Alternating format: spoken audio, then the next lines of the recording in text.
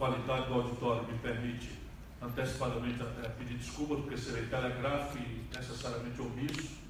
Vou tentar olhar as coisas por um certo ângulo, que eu considero mais relevante submeter aqui a uma crítica, e ao cabo dessa reflexão, dessa provocação inicial, eu me ofereço para tentar responder questionamentos, ouvir críticas, sugestões, antagonismos, de forma absolutamente livre, porque eu, e começa a minha reflexão, me recuso a ver o Brasil dividido nessa mesquinharia que nos reparte, tenta nos repartir entre coxinhas e mortadelas.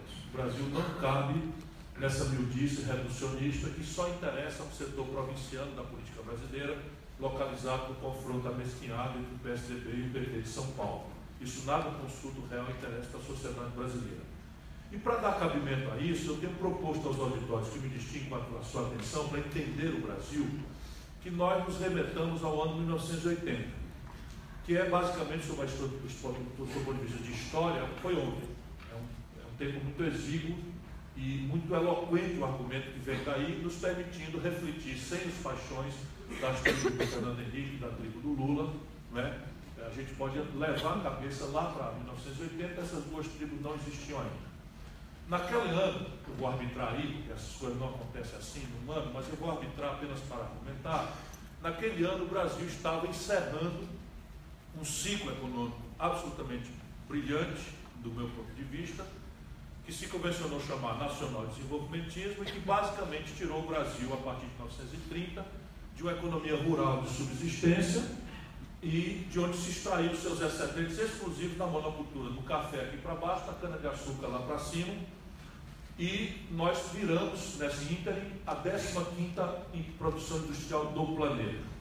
O que de logo nos dá uma lição preciosa para esses tempos bicudos e depressivos que estamos vivendo, que vem da nossa história contemporânea, muito recente, a notícia muito brilhante de que não há defeito genérico na nação brasileira.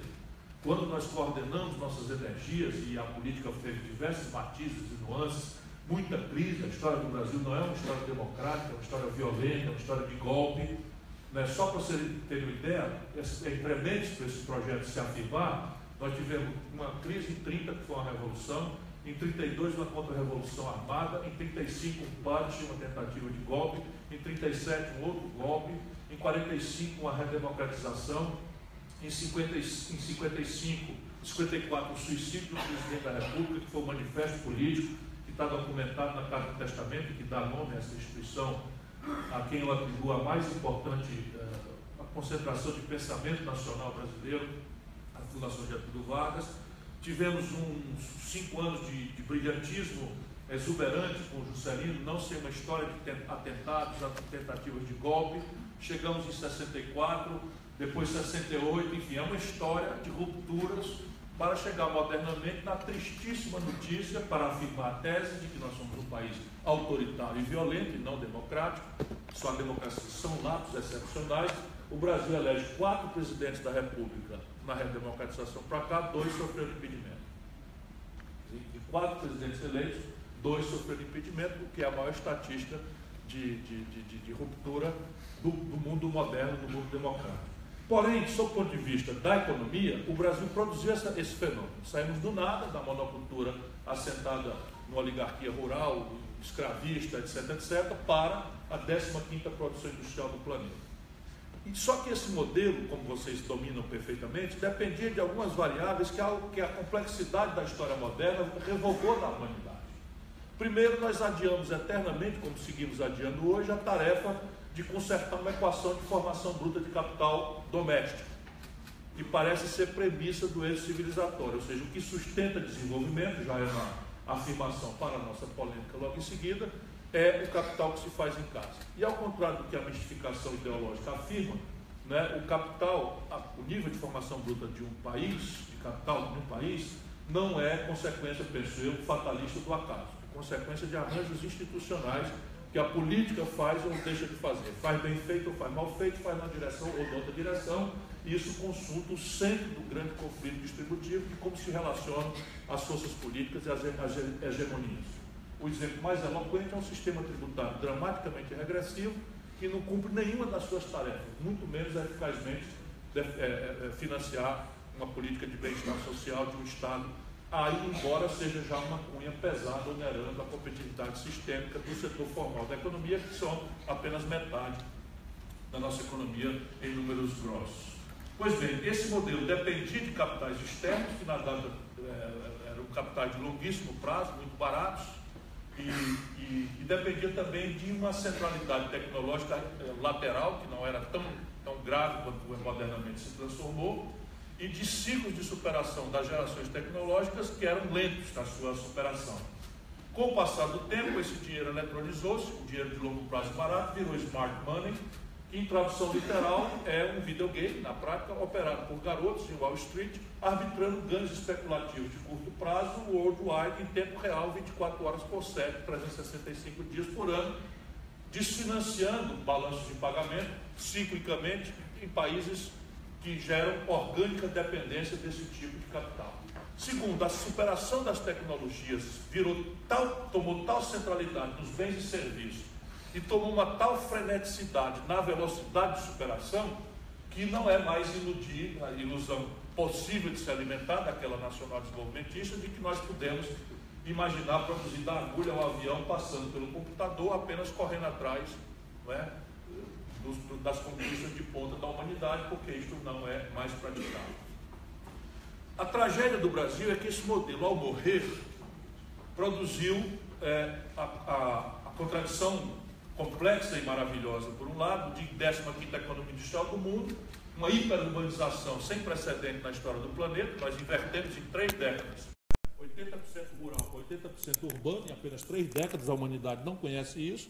O colapso da vida nas cidades até hoje é um problema, é um desafio tremendo, é um território absolutamente fecundo para esse tipo de violência atomizada, vulgarizada, que praticamente de forma genocida mata os jovens, negros, pobres, nos bairros das grandes cidades brasileiras por aí afora, e produzimos uma agudíssima concentração de renda.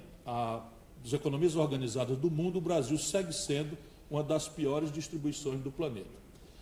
Entretanto, quando nós vimos esse modelo morrer, há momentos simbólicos.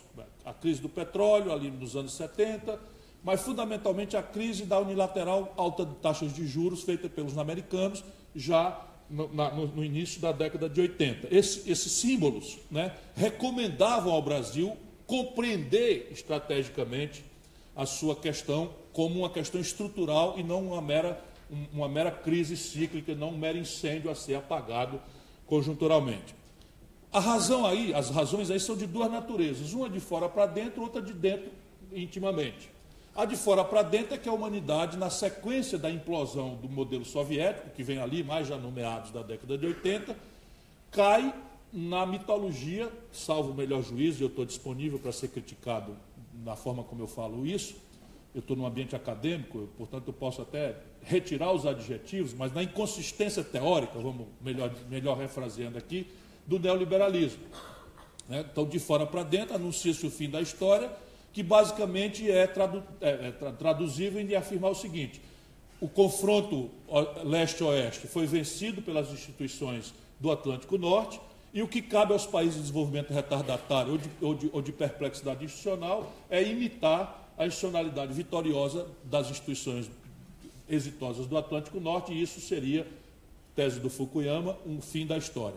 Então, essa é a grande interdição mental que esmaga o pensamento de fora para dentro do planeta inteiro. Isso é uma perplexidade que está perpassando a Europa, por exemplo, muito gravemente hoje, e entra no Brasil na hora que nós estamos precisando rediscutir nosso modelo. E de dentro para fora nós tínhamos agora as emergências domésticas. No primeiro momento, a redemocratização do país. E nós, então, não iríamos dourar a pílula, nem relativizar o tamanho do problema, porque nossa grande tarefa era atribuir à ditadura a responsabilidade tosca e pouco politizada, ou pouco honesta, digamos assim, do ponto de vista intelectual, de que parte do problema não era a ditadura, mas a modelagem de economia política que houvera ruído. Nossa questão era: tudo que está acontecendo de ruim, eu já estava militando nessa época, é a ditadura. Dê-nos de volta a democracia e o paraíso desce para a terra e a gente resolve isso. Isso é um problema que eu estou rememorando aqui, porque isso ainda está, é muito recente, ainda está na cabeça de parte relevante da elite política do Brasil, que passou a acreditar apenas numa certa agenda institucional, num desenho institucional, para quem uma regra qualquer que nós podemos copiar de uma legislação internacional comparada ou de algum intelectual de vanguarda, vai nos salvar das nossas contradições. O exemplo mais pitoresco é a reforma política. Todo mundo no Brasil percebe a contradição orgânica, profunda, definitiva e estrutural do nosso problema político, e todo mundo cai na repetição truísta de que nós precisamos de uma reforma política. Eu também penso que sim, né? Não vou distinguir, mas não existe esta reforma política, nem na legislação internacional comparada, nem na literatura mais avançada de vanguarda, que seria uma reforma política que substitui um cidadão informado, ativo, militante, decidido a exercitar sua cidadania e constranger sua representação à fidelidade à Constituição dos seus mandatos pelo voto. Essa engenhoca ela não existe.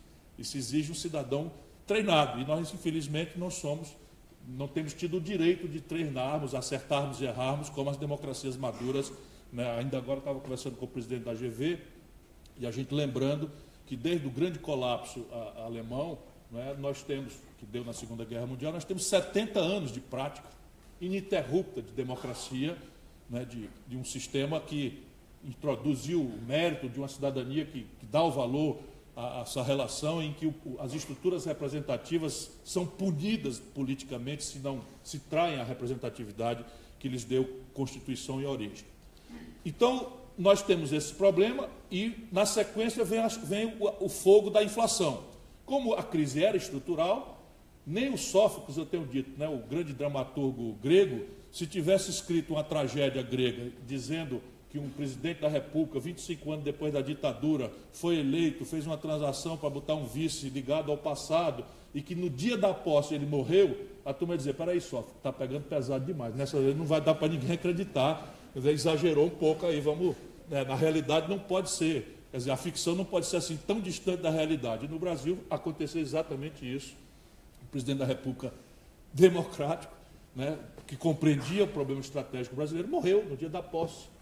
E as sequelas do velho modelo em frangalhos agora se apresentam numa superinflação, ao redor da qual se montou uma estrutura absolutamente calhorda, me perdoem o termo, que é uma coisa que revoga os manuais de Chicago, que revoga a experiência empírica da humanidade, para quem a inflação é uma doença da moeda. E sendo uma doença da moeda, nas suas três razões de ser, né, reserva de valor, termo de troca e unidade de valoração das coisas, no Brasil nós inventamos um negócio chamado correção monetária, ou indexadores, ou seja, contra a doença da moeda que os manuais falam, no mundo inteiro logo se estabelecem consensos e rupturas, ou rupturas. No Brasil nós tivemos 3 décadas de inflação altíssima, porque parte substantiva da elite brasileira desenvolveu mecanismos de ganhar dinheiro com essa tragédia. Por exemplo, eu, governador do Ceará, resolvi indexar 100% das minhas receitas a uma conta única, hospedada no banco público, virei o maior correntista do banco, como o Estado, e obriguei o banco a me dar 100% da CDI, como taxa de aplicação plena, girando diariamente os meus ativos, sendo corrigidos overnight. Convidei os funcionários para um grande entendimento, que é a minha principal despesa corrente, né, e fiz um acordo de reajuste trimestral. Acharam maravilhoso, porque estavam lá vivendo, brigando, porque não tinham segurança nenhuma e tal, e acabei sendo herói dos funcionários, mas veja bem, eu atualizo minhas receitas indexadas diariamente e gero uma receita financeira, vocês imaginam o tamanho, né, o saldo médio do Ceará, na data era o quê? 12 bilhões de reais, um juro de 25%, 27%, 35%, 84% num mês, como aconteceu, né, do ex-ministro Mailson da Nóbrega, que ainda hoje dá palestra de como se governa a economia de um país, né, por aí afora. Esse é o nosso país, né, com todo respeito às pessoas. Enfim, e a principal despesa indexada trimestralmente. Que dia que eu queria que a inflação acabasse? Se não fosse uma sólida convicção ideológica. E isto daí gerou deformações graves, que inclusive explicam hoje essa deformação da taxa de juros. E isso eu sei bastante bem, porque eu já estava lá ajudando a operar. Na sequência, nós tivemos aí o ciclo Lula e o ciclo Fernando Henrique. Para ser coerente de novo, eu volto aqui à questão da teoria, ou pelo menos da minha compreensão teórica do que está acontecendo no Brasil, para a discussão. Em 1980, nesta data, o Brasil tinha uma proporção no comércio mundial rigorosamente parelha com a da China. 1980. com uma diferença. O Brasil, em 1980, tinha 130 milhões de habitantes e a China tinha 800 milhões de habitantes. Portanto, ontem, isso vocês jovens precisam entender isso, ontem o Brasil, em 1980, era mais rico e desenvolvido relativamente do que a China. Hoje, o Brasil representa o mesmo que representava nos anos 80 em matéria de proporção do comércio mundial e a China galopa já em 12,5% do comércio mundial. Só uma empresa que eu visitei agora, estive lá no seminário da Universidade de Beijing, reparti um painel com o professor André Vargas, que está aqui nos honrando também com a sua presença, e um professor que é o guru da nova esquerda chinesa, que é uma coisa extremamente instigante para a gente entender o que seria uma nova esquerda chinesa, né?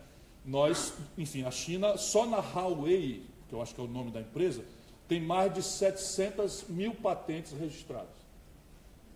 Isso deve ser 100 vezes o que o Brasil registrou nos últimos 10 anos com todas as empresas, com todas as patentes juntas, multiplicado por 8, eu ainda creio, né? Então, você vê claramente que nós perdemos o passo. Evidentemente que eu não posso dizer que o que importa ao Brasil é imitar a institucionalidade chinesa, ela é inimitável. Nem é razoável que a gente queira aprender com a institucionalidade dos outros, que são construídos a partir das suas relativas histórias.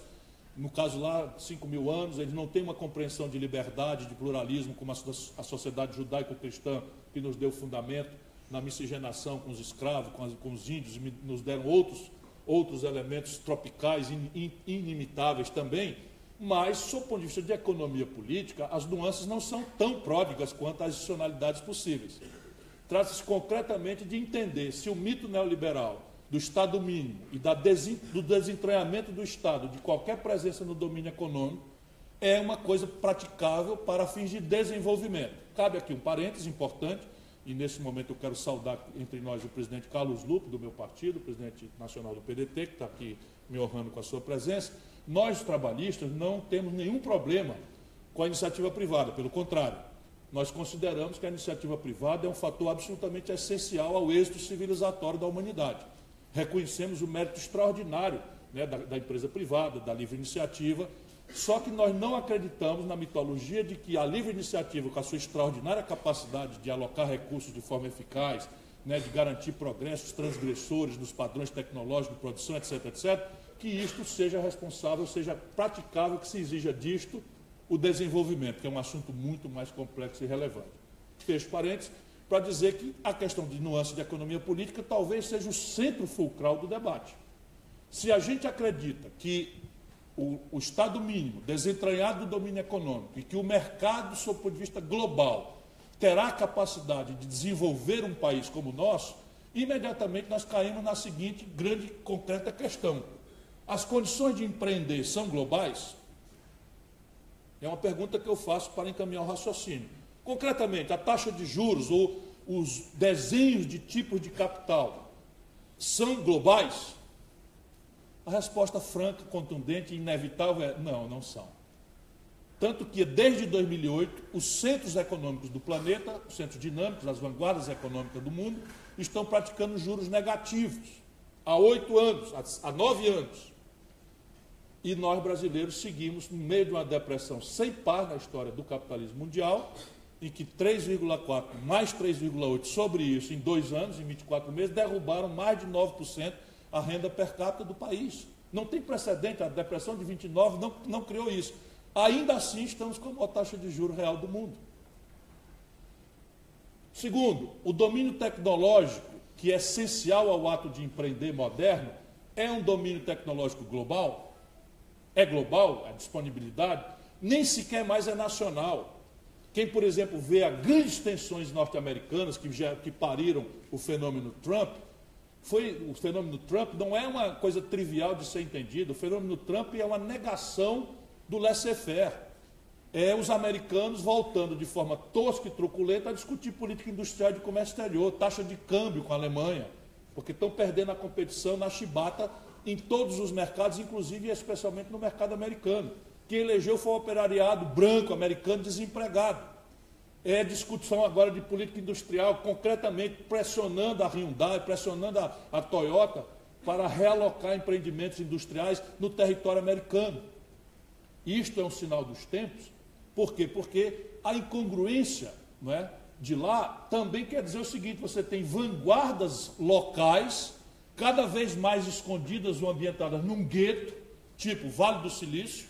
Então tem o Vale do Silício, onde está a Google, onde está a Apple, onde está a Microsoft, etc, etc. E aquilo foi embora. E mesmo a América não acompanhou. O que dizer de um país como o nosso, onde o retardo tecnológico é absolutamente extenso e o laissez-faire jamais vai responder por isso, porque jamais respondeu em nenhuma experiência concreta da humanidade. E por terceiro, nós temos que chocar a opinião brasileira, e vocês que têm mais ferramenta, têm um papel essencial, indispensável, de ajudar o nosso povo a entender essas coisas, é o elemento de escala. O vanguardismo produtivo moderno, eu fiquei impressionado, andei por aí afora agora, Japão, China, etc, etc, na volta, Dubai, eu vim tentando, porque eu tinha essas palestras aqui, vim tentando atenuar o problema do fuso horário, de jet lag e tal, e é uma coisa absolutamente impressionante. Se você me botasse uma venda e me botasse no shopping center de Dubai ou de Tóquio e no de Fortaleza, é quase a mesma coisa. As marcas são todas praticamente as mesmas que estão. O que é que quer dizer no concreto? É que o mundo, as vanguardas produtivas globais se apresentam para a competição com mega escala, o que produz dramáticas reduções de custos relativos e reduz a fração de centavo a lucratividade média por unidade de bem ou serviço. E no Brasil, a escala é dada por uma concentração de renda brutal e pelo fato de que 7 em cada 10 empregos na nossa comunidade são gerados por pequena empresa, que por definição trabalha em pequena escala. E o problema concreto é que, invariavelmente, sem exceção, um bem ou serviço prestado em gigantesca quantidade, em gigantesca escala, é mais barato o preço final do que custa produzir a mesma coisa ou similar em pequena escala. Isso, então, nos recomenda um pouquinho mais de reflexão fora da curva ou fora do quadro, né, dessas simplificações grosseiras que, infelizmente, estão atormentando a humanidade, atormentam o Brasil, mas que já não merece sequer apologia teórica, na medida em que a crise de 2008 meio que tira o véu, né, da insustentabilidade teórica. Não estou falando aqui nem de uma zanga ideológica, de uma coisa que parece ser egoísta, não solidária com os mais pobres, etc, etc, porque aí já entra num terreno em que, se alguém afirma que política social compensatória está prevista no consenso de Washington, etc, etc. Não é disso que eu quero falar aqui. Bom, isso nos traz ao tempo presente, e eu concluirei. Para afirmar a regra, eu sustento que os dois experimentos, Fernando Henrique e Lula, foram experimentos que não fogem à tragédia brasileira de um fim de modelo que nos impõe a necessidade de discutir um novo projeto nacional de desenvolvimento, com características claras que se preocupem com concretudes, formação bruta de capital, coordenação estratégica para pensar em curto, longo e médio prazo por onde o Brasil vai caminhar e, por fim, a decisão de investimento em gente, que aí tem a ver mais especificamente com um dos focos dessa reflexão de hoje, que são os serviços públicos, etc. Pois bem, entre a China e o Brasil nesse período, é que de 80 para cá o Brasil cresce ridículos 2% ao ano em média. Ridículos 2% ao ano em média é a taxa de crescimento do Brasil de 80 para cá. É preciso que a gente tenha clareza disso, o país está parado. E as exceções que atrapalham a nossa percepção meramente confirmam a regra, salvo o melhor juízo. Fernando Henrique, por que o Fernando Henrique experimenta por 1, 2 anos, 3 anos, um crescimento acima dessa média e causa um certo conforto popularizante que permite a reeleição, etc, etc, para em seguida quebrar o país e sair pela porta dos fundos desmoralizado, dando passagem ao Lula? Porque o fim do imposto inflacionário, e não duvidem, no Brasil a inflação era um tributo, fez com que um imenso estoque de renda fosse transferido ou fosse retido de volta na mão da população do dia para a noite. E essa população, com este conforto e com a desconfiança de que isso é só para ganhar as eleições, porque já tinha visto esse filme no passado, vai em 24 horas ao consumo. E esse consumo felicitante é insustentável e ele apresenta basicamente uma consequência, desequilíbrio estrutural na conta externa do Brasil. Por quê? Porque durante este período, o Brasil, que tinha em 80, 30% da sua riqueza extraída da indústria, chega, nesse momento que nós reunimos hoje, a extrair da sua riqueza 8% apenas na indústria. Nós voltamos às antecedências da Revolução de 30 a 1910, a proporção da indústria do PIB brasileiro. E o nosso modo moderno de vida é referida a um padrão de consumo ao qual nós ilusoriamente atribuímos a nossa felicidade, e este padrão de consumo é industrial. E este padrão de consumo nós não temos a vocação e as capacidades para empreendê-lo. Então todos os celulares desta sala são importados, ainda que a casca seja montada, maquilada em Manaus, 100% são importados. 80% do carro parado aí fora, ou passando na rua, são importados. Praticamente toda a química fina do país, dos nossos remédios, importados. Toda a microeletrônica, toda a informática, toda a tecnologia de ótica, tudo importado. E isso, quando o país cresce qualquer coisa, apresenta um desequilíbrio estrutural na conta brasileira, cujo efeito são, normalmente, na sequência de eleições, porque você manipula, a quebra do valor da nossa moeda em relação ao dólar. E aí aqui fica mais fácil de explicar, mas você precisa ajudar o povo a entender, porque isso é um assunto absolutamente popular. Porque o povão não compra dólar, mas come pão. E pão é trigo. E o Brasil não produz trigo com suficiência, então tem que comprar trigo do estrangeiro pagando em dólar. Só para vocês terem ideia da questão concreta, é assim, quando o Lula entrega para Dilma o poder, o Brasil estava comprando um dólar de trigo por R$ 1,75.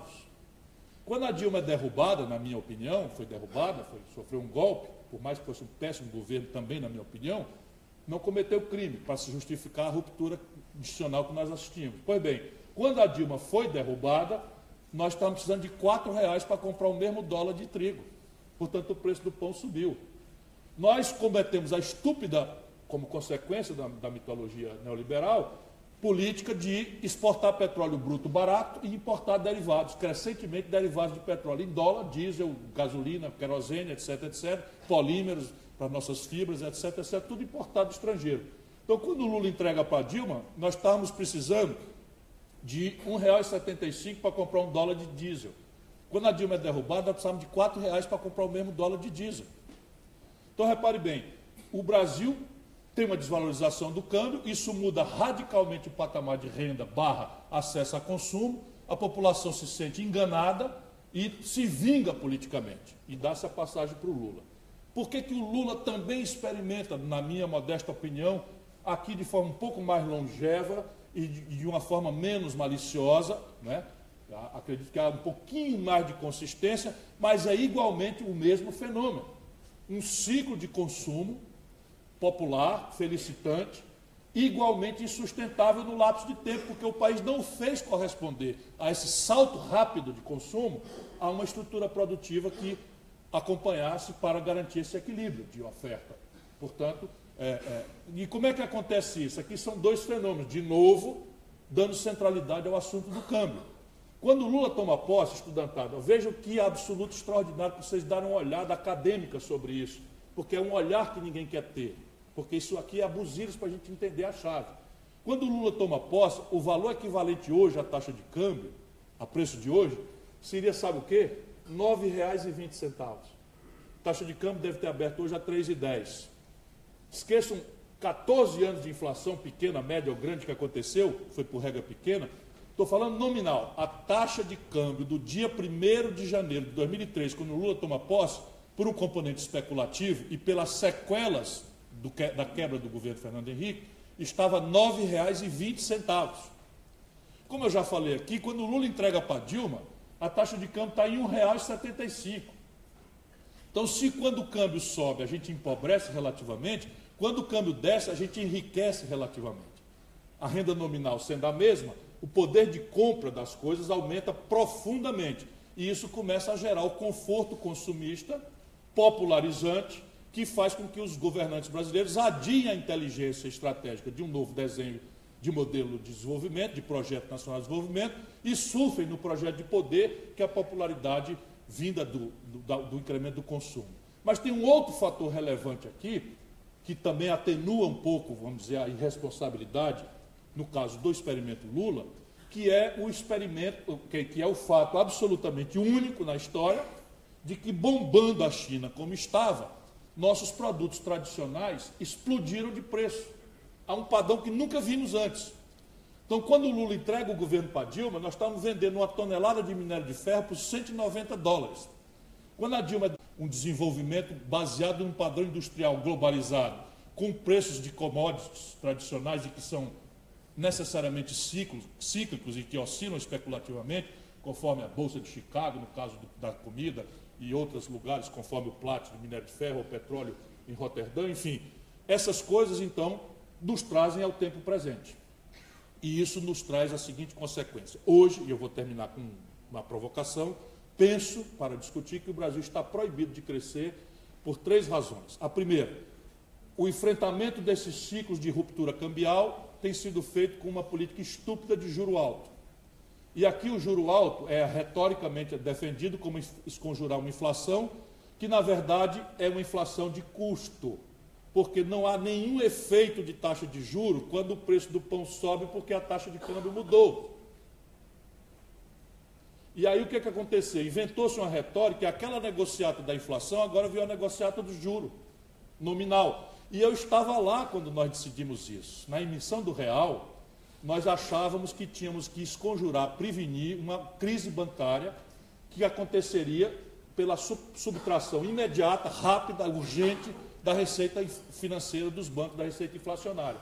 Portanto, tínhamos que manter a taxa de juros muito alta para prevenir uma crise bancária, trocando inflação por juro alto para uma transição em que a gente viria o saneamento necessário para o sistema financeiro. Toma posse o Fernando Henrique, se inebria com a popularidade, introduz a reeleição e faz dessa política de emergência uma política de Estado. Eu rompo, vou embora e passo a escrever, ninguém quer ler, ninguém quer entender, ninguém quer concordar. Essa Miriam Leitão, que é uma maluca, dizia... Né?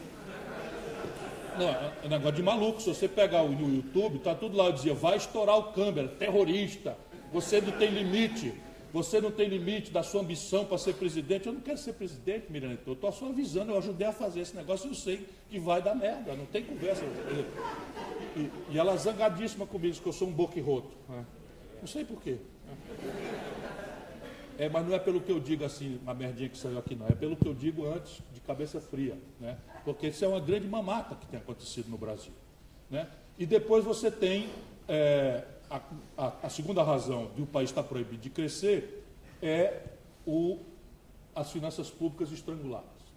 E, de novo, um grosseiro equívoco de que nós vamos resolver o problema fiscal brasileiro fazendo um ideário ortodoxo de corte de despesas, que é que nem cuspir para cima. Eu não sou economista. Mas sabe o que está acontecendo com o Brasil? Você está inflando a despesa corrente via taxa de juros real mais alta do mundo, sem explicação na correspondência, porque lá fora os juros estão negativos como enfrentamento da crise de 2008 até hoje. E aqui dentro os indicadores estão deflacionando, de maneira que a inflação projetada para 12 meses futuro está abaixo do centro da meta. Está 2,56 para 12 meses e tal, e vai cair mais ainda. Não como consequência de política de governo nem nada, porque é uma amargura, né, da depressão econômica que nós estamos vivenciando. E a ilusão provocada recentemente por uma explosão, né, da natureza brasileira, não tem nada a ver com o governo, que fez o PIB rural crescer 13 pontos agora, puxando um pouco a indústria de alimentos, né, deu essa ilusão de 0,0 fração, que interrompeu o itinerário de queda profunda da recessão brasileira. Não interrompeu não, isso é ajuste estatístico, porque 13% de alta no PIB rural representa meio ponto no PIB global do país. Mas o emprego, por exemplo, nas regiões metropolitanas segue em queda. E não há como o país crescer com a interdição de finanças públicas, em que esse ano nós vamos chegar a estonteantes 170 bilhões de reais de déficit primário.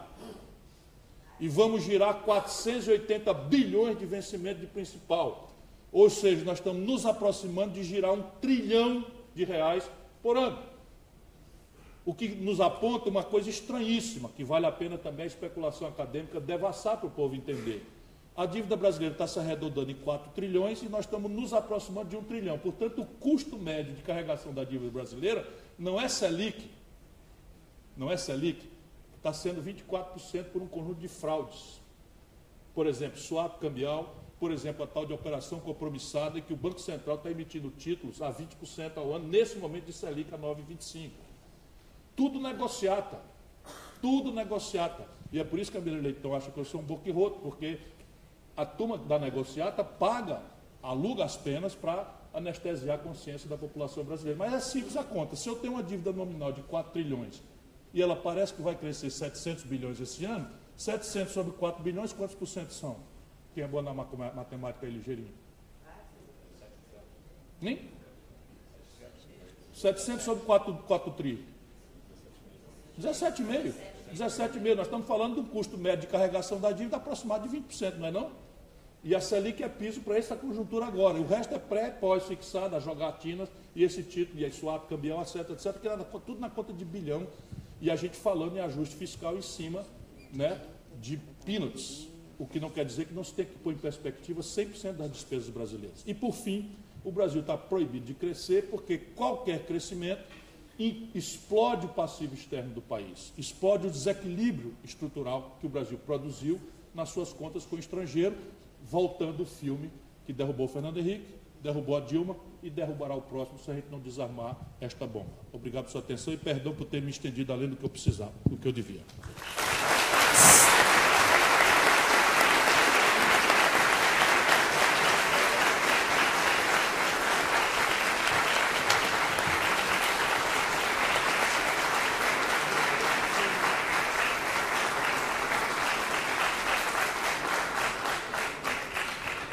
Nossos agradecimentos, senhor Ciro Gomes, por sua exposição, por sua participação. Antes de seguirmos com as perguntas, oferecemos a palavra agora para suas considerações ao diretor da FGV-DAP, Marco Aurélio Ridger.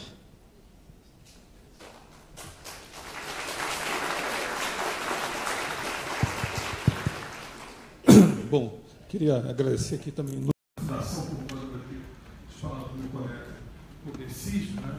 Enfim, não só relembrando aqui o espaço democrático, que é amplo na fundação, né? Para todas as formas de pensamento, etc. E agradecer a presença dos ministros, do governador Ciro Gomes aqui, que abrilhanta aqui esse dia, né? E o apoio, enfim, e a precedência, digamos assim, do diretor acadêmico com essa iniciativa. Bom, eu só queria fazer assim, uma pergunta assim, rápida, que eu acho que a audiência tem muito mais coisas interessantes a perguntar do que eu nesse momento, né? Mas eu estou para o ministro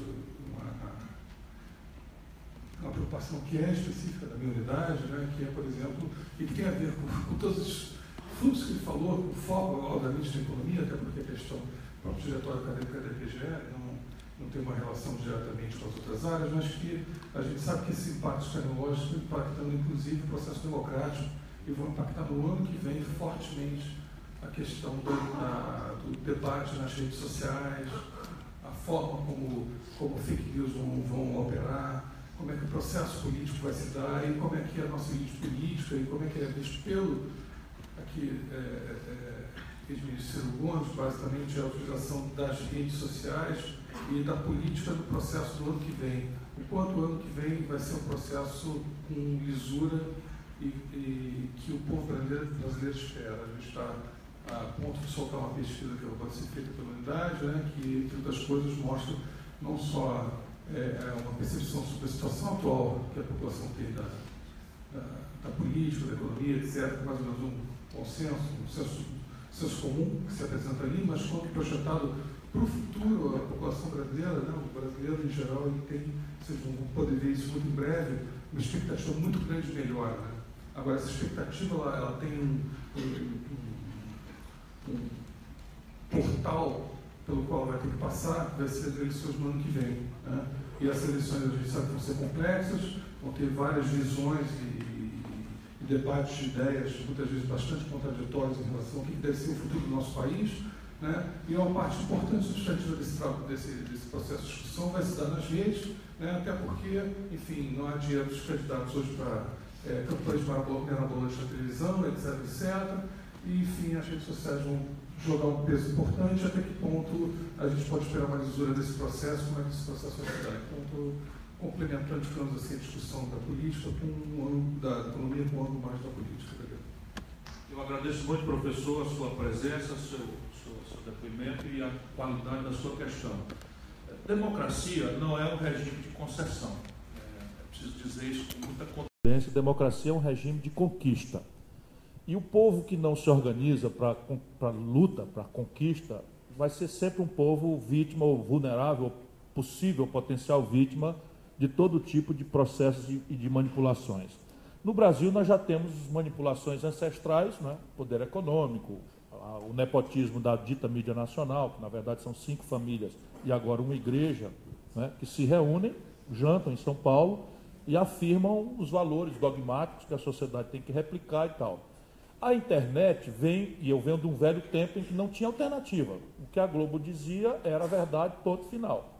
E Deus é quem sabe como eu passei por isso. Quer dizer, eu sou um cara que fui prefeito de uma capital, a quinta cidade brasileira, e metade dos meus secretários foram mulheres. Uma experiência que eu resolvi fazer, e acertei em cheio.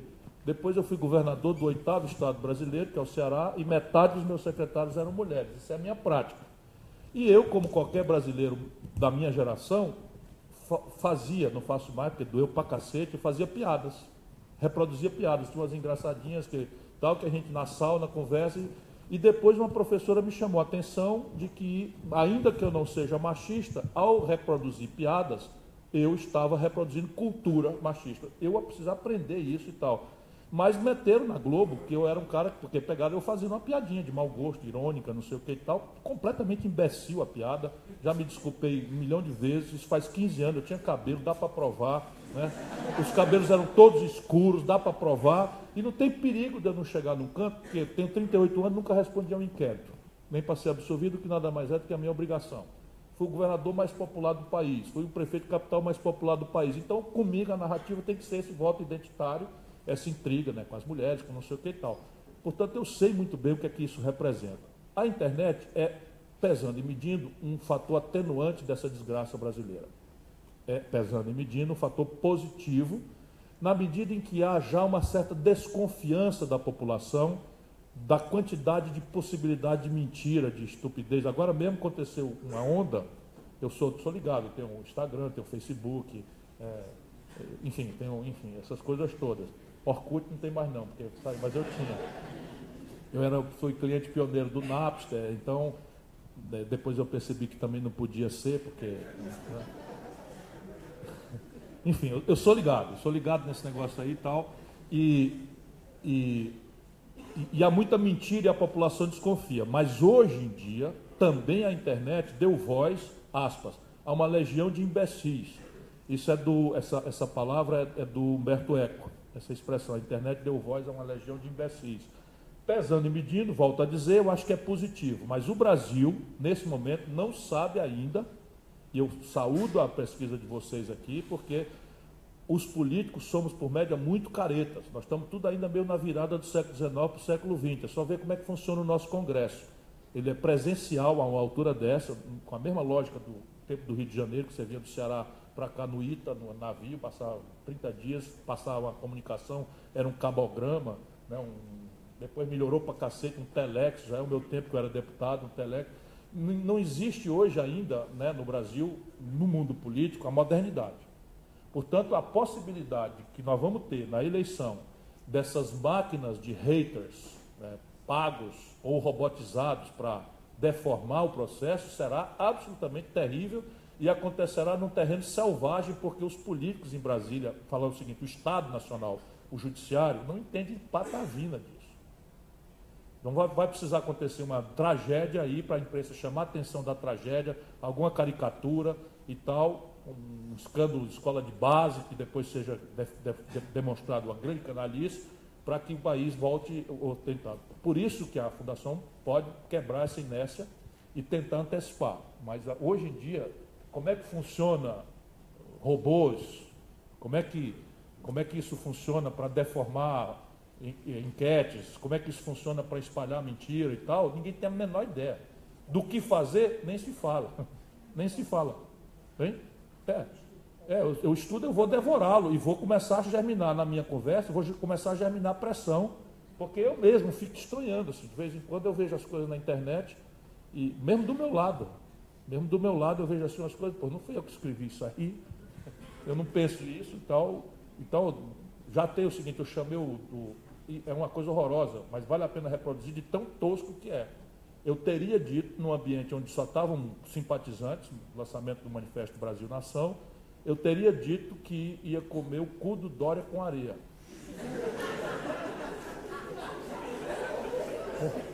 Veja, eu falei para chocar, porque isso foi o que botaram na minha boca.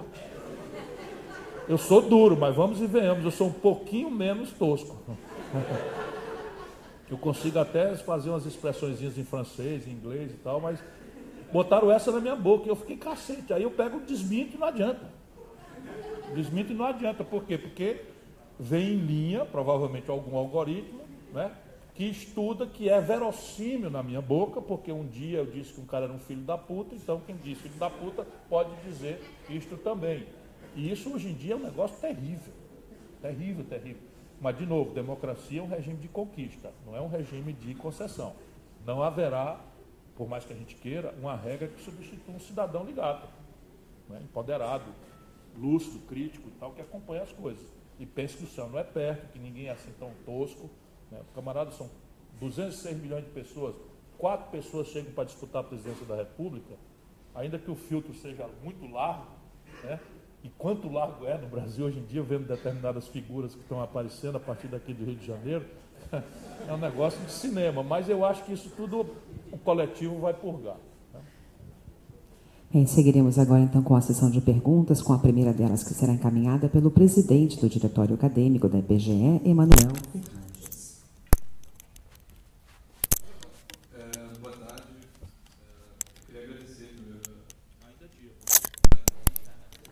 Queria agradecer a presença do senhor. É uma honra para a gente ter o senhor aqui. Agradecer o pessoal da IBGE, do DAP, e um agradecimento especial ao professor Daniel Vargas, que foram possibilitar esse evento. Então, a minha pergunta é a seguinte: quando a gente fala da produção científica e da produção industrial, a gente esbarra em algumas questões, entre elas eu queria destacar duas, que é primeiro o fato do Brasil não ter uma perspectiva de crescimento de longo prazo. Para isso basta a gente ver a questão previdenciária. Se a gente não fizer nada, daqui a alguns anos o Brasil vira um mero pagador de pensão e aposentadoria. A segunda questão, eu acho que envolve várias questões de burocracia, que há tempos a gente já devia ter resolvido e a gente vem adiando. Por exemplo, a questão das patentes, que o senhor mencionou da China, o tempo médio de conseguir uma patente no Brasil é de 10 anos. Em 10 anos, todo aquele processo científico que você fez já está ultrapassado. Né? E, além disso, questões de a demora para você conseguir, e a dificuldade para você conseguir pagar os impostos, e isso não é nem produzir nada, é só pagar os impostos. Questão de abrir uma empresa, você levar mais de 100 dias para você abrir uma empresa. Eu acho que essas coisas são incentivos que fazem, são questões que fazem as empresas e as pessoas que queriam empreender não virem para o Brasil ou seguir outro caminho. Eu queria saber como agora, com toda essa questão fiscal e a questão política, todas essas crises que a gente enfrenta, como que o próximo presidente enfrenta essa questão, essas duas principalmente, como que a gente resolve isso? Eu tenho dito que o Brasil tem uma agenda do século XIX por fazer, uma agenda do século XX por fazer e uma agenda do século XXI por encarar. E eu não estou fazendo figura de retórica. Por exemplo, a agenda do século XIX é reforma agrária e uma burocracia profissional assentada no mérito. Criar carreira de servidor público, de burocrata de carreira, etc., etc., substituindo essa loucura patrimonialista em que entra o Fernando Henrique, a turma dele toma conta do governo todo mundo com carrão preto, todo mundo com cartão corporativo e tal, e todos os estudos, a memória, não sei o que. Então, hoje eu estava revendo na internet uma apresentação minha de uma política nacional de desenvolvimento regional, que é um estudo de grande fôlego. A Fundação Getúlio Vargas me ajudou. Eu consultei simplesmente a inteligência do Brasil inteiro, os experts internacionais, ver que comparação de regiões da Europa, dos Estados Unidos, ver como é que fizeram a política regional. Isso está na lata do lixo, em algum lugar lá em Brasília, porque a turma do Lula saiu. A turma do Lula não. Eu fui substituído no Ministério da Integração, que eu não aceitei mais ser ministro, pelo Gedel Vieira Lima. Não sei se vocês já ouviram falar. O mesmo presidente da República que me nomeou ministro da Integração Nacional, eu fui o responsável pelo Projeto São Francisco, pela Política Nacional de Desenvolvimento Regional, etc., etc. Quando eu não aceitei mais ser ministro, ele convidou o Gedel Vieira Lima para ser ministro da Integração Nacional. E evidentemente que o cara que guarda 51 milhões de reais em mala num apartamento está muito ocupado para ficar pensando em desenvolvimento regional, essas coisas triviais, bobas e inocentes, né? E isso não dá mais para continuar. Portanto, agora, deixa eu dizer algumas coisas para vocês, que é o que eu posso dar de contribuição, para além de falar obviedades que todo mundo já percebe. Por exemplo, o Brasil não demora 10 anos para registrar uma patente por causa de burocracia.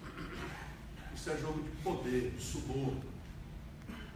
A Anvisa, por exemplo, é um ando de molecagem, de roubalheira. Deve ter alguma exceção, eu vou fazer aqui a homenagem, para não generalizar e tal. Essas agências todas, que o despotismo esclarecido neoliberal criou, é tudo ladoeira. Tudo roubalheira, tudo roubalheira.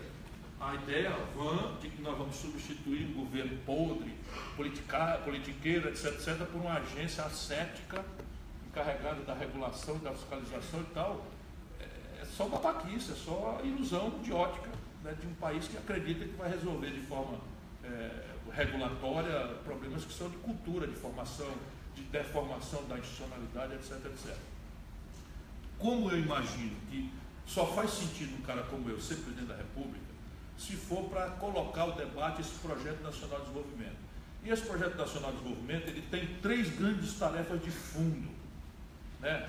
Eu não vou hierarquizá-la aqui por ordem de importância, elas têm que ser tocadas as 3 juntas, porque são 3 tarefas que exigem tempo, maturação. Primeiro, entrarmos numa dinâmica de formação bruta de capital alta. De novo, ao contrário do que o mito liberal afirma, o nível de formação bruta de capital de uma nação não é consequência fatalista do acaso, é consequência de arranjos institucionais que a política faz ou deixa de fazer. No caso brasileiro, são 3 movimentos para começar flagrantes. O primeiro, um sistema tributário que substitua a regressividade que está aí hoje por uma progressividade, que privilegia a tributação sobre patrimônio, lucros e dividendos, em vez do consumo, da tributação indireta do consumo popular. Agora estava citando exemplo.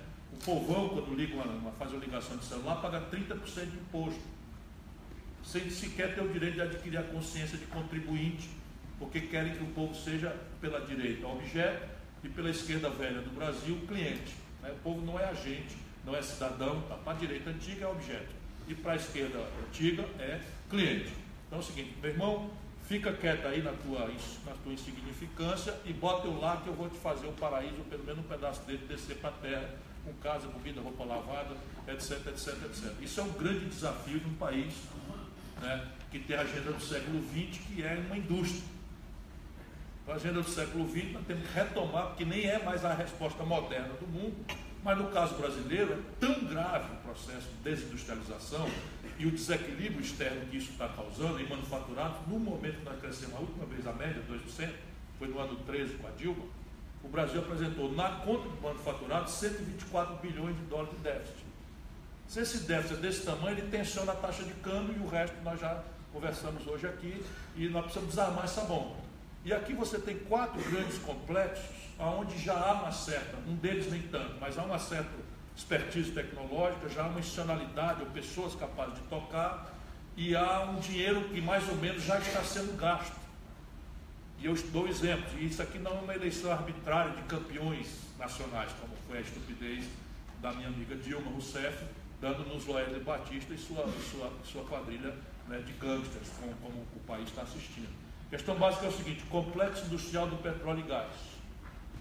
Qual é a explicação para um país como o nosso, que está já tirando quase 2 milhões e 500 mil barris por dia do pré-sal, percebe, de fazer exportação de petróleo bruto barato para importar derivados? O que é que nos impede de ter na Petrobras, com expertise tecnológica, capacidade de verticalizar todo o complexo industrial do óleo e gás aos milhões de empregos e de tributos gerados para equilibrar as finanças? Depois, o complexo industrial da saúde. Esse ano, rapaziada, o Brasil, a União Federal, vai comprar 17 bilhões de dólares do complexo industrial da saúde, gerando emprego nos Estados Unidos, na Europa e na China. 80% disso é patente vencida. Estou falando de prótese, de cama de hospital, de cadeira de roda, de bengala, químicos, fármacos, etc, etc. Claro que tem lá os meios de diagnóstico médico, tomografia, ressonância computadorizada, tem uma sofisticação um pouco maior, mas nada que o Brasil não possa dedicadamente e ir numa dinâmica de verticalizar isso. Isso tudo é protegido pelos nossos entendimentos da OMC, não tem nada de atipia disso, etc, etc. Terceiro complexo industrial do agronegócio. A agropecuária mais agressivamente competitiva do mundo, até na conta de certos abusos, importa do estrangeiro 40% do seu custo de produção. Qual é a razão para isso? Não se explica. E, por fim, o complexo industrial da defesa. Aqui é onde a questão da transferência tecnológica, numa nova ordem de relações internacionais, é mais sensível. Nós estamos falando de microeletrônica, foguete, propulsão nuclear, está ali o submarino na porta de vocês aqui, ali do prédio principal, né? Enfim, microeletrônica, satélite, foguete, essas coisas que são mais sensíveis, mas sem um projeto de defesa, sem a capacidade dissuasória, né, que afirme a sustentação de um projeto nacional, concretude. Não estou pensando em a guerra contra ninguém, mas o sul da China, então agora eu estava comentando com o professor presidente aqui, o sul da China está lá numa tensão tremenda. Vai que esses doidos entrem numa guerra, o que acontece? A China simplesmente virou o maior parceiro comercial do Brasil. Se os americanos impuserem um embargo, lá se vai o Brasil para o brejo, mas para o brejo com casca e tudo. Porque nós estamos botando todos os ovos numa cesta só e temos bilhões de dólares de superávit com a China e somente com eles, né? Sem se falar aqui na Venezuela, que nos dava um superávit de 5 bilhões de dólares, que também a relação está indo para o brejo. Agora a República Dominicana tomou o lugar do Brasil para fazer a mediação, porque os imbecis que tomaram o poder no Brasil resolveram fazer o serviço porco da propaganda americana e começaram a agredir a Venezuela. Em vez da gente cumprir nosso papel histórico de mediar, acabar com a confusão, desarmar aquela bomba ali, é na República Dominicana que o Maduro está indo encontrar com a oposição, coisa que era natural para o Brasil fazer, então os dois aceitariam pela relação absolutamente dependente que eles têm conosco, porque eles não têm indústria, o Brasil ainda provê o aparato industrial que lhes falta e eles pagam para a gente com petróleo. Enfim, e isso nos dá um saldo, nos deu saldos de 5 bilhões de dólares, transformando a Venezuela bilateralmente num dos países mais relevantes para o Brasil. E aí essa canalha agora acha que tem que fazer essa agressividade toda e nós estamos perdendo protagonismo. E começando assim, convidamos os americanos para fazer manobras militares na Amazônia, conjuntas conosco, na fronteira com a Venezuela. Isso faz, sabe o quê? Isso destrói 70 anos do Barão do Rio Branco, de uma desconfiança mortal que os nossos vizinhos, justamente ao longo do tempo, têm, na medida em que nós fizemos o papel sujo que a Inglaterra pediu para nós, na Guerra do Paraguai, na confusão da província Cisplatina, uma série de coisas. Nós estamos há 70 anos consertando, há 100 anos consertando essa merda, e esses caras, num gesto inexplicável, a quem atende convidar os americanos para fazer uma manobra conjunta. Enfim, então a agenda do século XX. E a agenda do século XXI é a ideia, agora sim, de que você tem que começar a ser contemporâneo da ferramentaria que gera a economia pós-industrial. E aí a grande ferramenta, vamos dizer, o exemplo, que eu já estou falando demais, é o venture capital. Então não é propriamente um problema de pagar imposto no Brasil, ou o tempo para abrir uma empresa, que são graves problemas, mas que são problemas relativamente triviais de resolver. Por exemplo, é só por exemplo que eu dou, porque o Lupo se aborrece comigo, mas no Ceará, né, de onde eu venho, se abre uma empresa em 48 horas. Certo? Porque nós invertemos a lógica. O camarada faz uma declaração de que está em linha com as regras e se expede um alvará provisório, ele se instala e, a posteriori, a administração pode, né, por amostragem, examinar se ele tem, de fato, os atributos todos para fazer uma coisa. Isso é muito simples de fazer. E se não se faz, é porque cada cartório desse é uma igrejinha, é um poder, é um lugar de propina, um lugar de suborno. E isso dá para devassar numa grande reforma, não é um grande problema brasileiro. O grande problema brasileiro é venture capital. Você tem uma taxa de juros que deforma todo o sistema de financiamento e não tem a ferramentaria. Todo mundo aqui sabe o que é venture capital, mas o povão sequer sabe. Então o Brasil tem uma boa ideia, um jovem empreendedor, um pulso de empreendedor extraordinário, mas ele não quer se endividar, porque se endividar é louco. Porque vai para uma atividade de risco, empreender num ambiente de depressão econômica e vai fazer isso devendo com garantias reais que invadem o patrimônio seu, pessoal, da família. Isso não há a menor chance de nascer um Google, nascer uma Apple no Brasil, mas cria uma estrutura de venture capital para ver se não tem. Tem na hora. E venture capital é uma associação de capital de alto risco com empreendimentos de alto potencial, porém de inovação. Você não sabe se vai dar certo mesmo. Mas só que assim, lá nos Estados Unidos, a última estatística que eu li, de 100 empresas que eles financiam com venture capital, 80 quebram. E uma paga o prejuízo todo e as outras 79 são lucro. E isso é o que a gente precisa fazer no Brasil. Né? Venture capital, que é o essencial para a inovação. Pessoal. Seguimos então com a próxima pergunta do vice-presidente do diretor acadêmico da PGE, Gabriel Bernardino. Bom dia. Obrigado pela palestra, pela explicação. Você falou muito do desenvolvimento nacional e eu acho que tem uma parte muito importante que colabora, que é bem o cerne dessa questão e que precisa ser tocado nesse seu projeto de século XXI, da agenda do século XXI, precisa ser muito abraçado, que é a questão da educação. Você tem bons exemplos no seu background, questão do Ceará, Sobral, 77. Foi ele que falou. 77 das 100 melhores escolas públicas, pelo menos segundo dados do último ano, e modelo de Rottweiler, enfim, algo que poderia render um debate muito maior. Mas quando você olha para o lado do Brasil, você tem uma realidade completamente diferente. Você tem a universalização do acesso ao ensino fundamental, mas quando você compara os gastos aos países da OCDE, eles ficam abaixo da metade. Esse gasto ele é muito ineficiente. A educação no Brasil não é uma máquina onde você tem como input alunos e output produtividade. A produtividade está bem estagnada. As provas do IDEB em português e matemática denunciam isso. E a grande pergunta por trás disso é: o que precisa ser feito no Brasil, na sua visão, para que isso sirva como pilar do projeto de desenvolvimento nacional, dada a extrema relevância desse assunto? Esse é o ponto.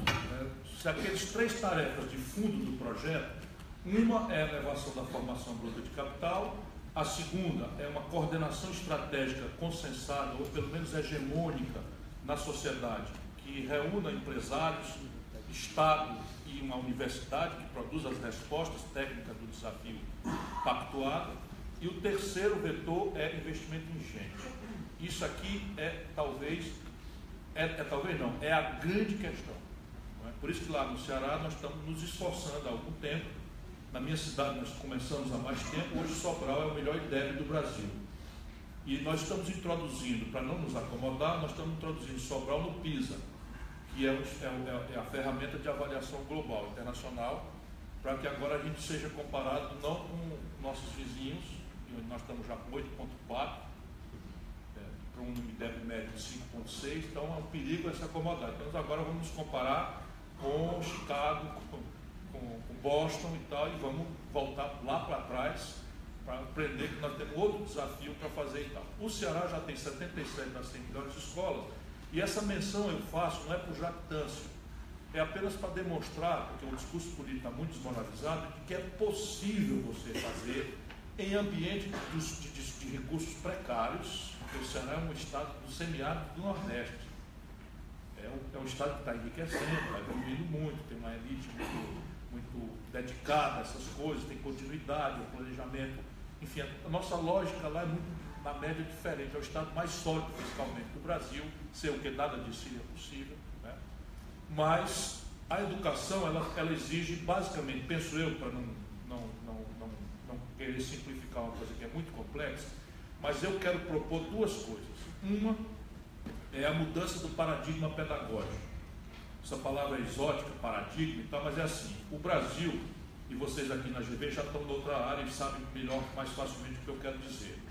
O Brasil ainda tem um padrão pedagógico que ensina o aluno a reter passivamente informações e a reproduzi-las sob estresse e isolamento. Né? Basicamente é assim, você, bom aluno, em tese, é o que consegue, sob estresse, reproduzir isolado informações que lhe foram passadas. Isso no passado fazia todo sentido, modernamente isso é lixo, na medida em que hoje o que você precisa fazer é aprender a perguntar, não é a responder. É tal a disponibilidade de informação que o que importa hoje é você saber colher informações, associar informações existentes e, ao associá-las, criar uma informação nova, inovadora. Isso exige uma mudança do padrão pedagógico. E o grande desafio tecnológico exige uma ênfase em matemática, são coisas muito concretas. ênfase em matemática na jornada diária do menino na escola, da menina na escola, não é? E mudar a lógica de um ensino enciclopedista, raso, em que a gente sabe um pouquinho de tudo e não sabe nada profundamente de nada, para não, sem perder a perspectiva, né, da geografia que nos coloca onde estamos, da história para saber quem somos, né?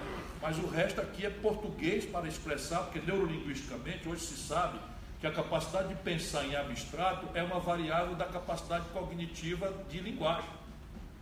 Se ainda for verdade, a última vez, o último texto que eu li, o brasileiro médio dominava menos de 1000 palavras, enquanto o brasileiro do nível de vocês, que chegou aqui no doutorado, enfim, na graduação e tal, domina 7.000 palavras.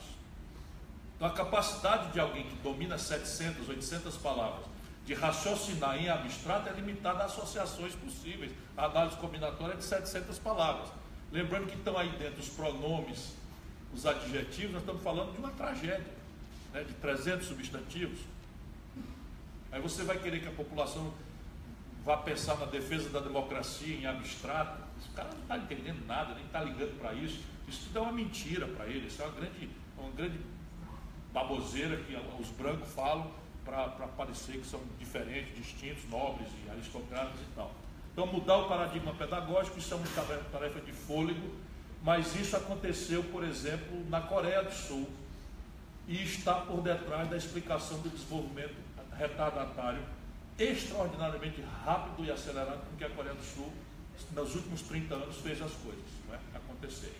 A segunda questão é basicamente incrementar o gasto por aluno ano e tentar fazê-lo de maneira a ganhar produtividade, usando a sua expressão, mas basicamente é o seguinte: você não pode cair na esparrela bem intencionada, não duvido, da democratização do incremento do gasto em educação. Então, esse pacto de mediocridade, que tem que aumentar o salário de todo mundo, independentemente do resultado, isso não cabe mais modernamente. É preciso que cada professor tenha o seu salário decente, garantido, isso é uma coisa nobre, robusta e tal. Mas eu penso em criar um fundo nacional, né, de valorização e qualificação do ensino, né, e de qualquer hierarquia. E, ao criar esse fundo estaria disponível à adesão voluntária de qualquer professor do nível local ou estadual, municipal ou estadual, que aderisse a um programa de retreinamento, requalificação e avaliação permanente. E ele acessaria isso mediante voluntário. Você teria alternativas muito amplas de retreinamento, qualificação e parceria com as universidades, e uma vez se submetindo ciclicamente a avaliações, que não podem ser só um teste, porque professor é uma coisa muito mais nobre e sofisticada do que um mero teste de conhecimento. Você teria que ter uma fração desse prêmio atribuída ao conjunto da escola, parece ser, que é o que nós estamos fazendo no Ceará. Então, no Ceará, hoje, todo mundo foi garantido melhoria de salário, a condição física das escolas, o transporte escolar, a avaliação é por indivíduo, não é por amostragem. Todos os alunos são avaliados permanentemente, aquele que está fora do padrão é trazido para uma dinâmica à parte. Nós temos assistência pessoal, se o camarada não vai para a aula, vai um bedel de moto, buscar o menino, perguntar o que aconteceu e tal. Isso está funcionando e a gente é muito comovido na crença de que é possível fazer isso no Brasil como um todo. E também penso que enquanto você qualifica a rede como um todo, é preciso criar um fast track, também de natureza meritocrática, para que um bom aluno pobre possa sair, né, do universo medíocre onde ele está ambientado e onde ele provavelmente vai se sentir muito frustrado e vai migrar, vai sair, vai abandonar a escola, vai aceitar o apelo consumista, né, enfim, que acaba levando ele para um caminho trágico e por aí. Criar um fast track para pegar essa criança e dar para ele um caminho autônomo, que também nós estamos fazendo no Ceará. Então, o pessoal da escola pública hoje, se atingir determinados scores, por exemplo, em Fortaleza, já tem esse programa, ele ganha uma bolsa para ir passar um período no estrangeiro, que nem os filhos dos ricos. A gente não tem essa chance, entendeu? Eu não tive, não, mas meu irmão mais novo teve, né, de fazer um fellowship nos Estados Unidos e tal. Nós estamos fazendo, conseguimos grandes colaborações no Canadá, na América, na Europa e tal, estamos fazendo, está funcionando, é uma lindeza o embarque dessa meninada e criou uma emulação que todo mundo agora quer. Então é uma coisa que aí a escola deixa de ser careta. No nível médio, no Ceará, e isso é muito caro a nós do PDT, uma de cada 4 escolas já é tempo integral profissionalizante. E essa profissão aqui não é permanente, ela é avaliada com um conjunto de pais e alunos e professores, o entorno do bairro, da comunidade, ver que tipo de atividade econômica tem mais viabilidade, e são 52 cursos que rodam as escolas. E pode ser 100 cursos, né? Vai nascendo a demanda, então você treina durante um período de 2 anos, 3 anos, faz 3 turmas, 4 turmas de, sei lá, biólogos. E aí acabou, saturou aquele ambiente ali, e esse curso vai embora para outra escola, e agora aquela escola vai pedir uma coisa de eletrotécnica, ou algo do gênero, eletrônico, mecatrônica, etc, etc, etc. Então, assim, nós lá somos muito animados com essa vivência. É o que eu ando pensando para começar o debate. Né? Muito obrigada. Nós seguiremos agora com as perguntas dos participantes da plateia. Temos 5 perguntas já solicitadas, atenderemos dentro do tempo, se possível, todas essas 5 perguntas. E eu tentarei ser mais breve. Combinado. Vamos então atender as 2 primeiras do primeiro bloco pela ordem em que foram solicitadas, por gentileza. Bom dia, meu nome é Mário, sou aluno aqui da graduação da TGE, Economia. E, como você muito bem disse, o tombo que a economia brasileira levou nesses últimos anos foi maior, inclusive, do que em 1929. Né? Essa é uma calamidade, do ponto de vista econômico, pior do ponto de vista social, né? Uma legião de desempregados. Mas, segundo o consenso, né, o mainstream, o que levou a essa situação não foi necessariamente a política econômica do governo Dilma, não foi uma política econômica como você diz, do receituário neoliberal. Então eu quero saber, do seu ponto de vista, da sua opinião, o que gerou essa crise e por que a gente chegou nesse ponto de calamidade total, né? O Estado quebrado, enfim. Gostaria de saber a sua opinião. Obrigado. Vamos seguir, por gentileza, senhor Gomes, com a próxima pergunta. Eu acho que assim você se lembra das perguntas e eu não consigo responder. Eu vou tentar ser mais. Desculpa, não é culpa sua. Eu vou tentar ser breve. Nesse caso, veja bem, há uma brutal perplexidade no Brasil. Em 2008, aconteceu o quê? No Brasil, aconteceu a crise do subprime, né? Lehman Brothers, né? Quebrou e tal. E a característica da crise para o Brasil em 2008 foi uma brutal retração de crédito por insegurança subjetiva. O que é que faz o Lula?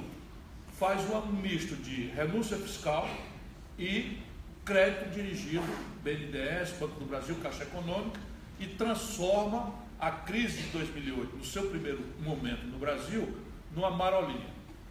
Porque a natureza da crise naquela data era ciclicamente uma retração de crédito. Os bancos brasileiros se retraíram também como precaução, e aí nós fizemos contraciclicamente, né, o receituário meio keynesiano, né, incrementar o gasto ou via renúncia fiscal e crédito dirigido pelo setor público. A Dilma não leu o que aconteceu em 2013, porque aí é o problema de compreensão do país e tal. A Dilma em 2013, o que é que acontece? Como consequência agora estrutural para o Brasil da crise de 2008, há um delay que atinge finalmente a China.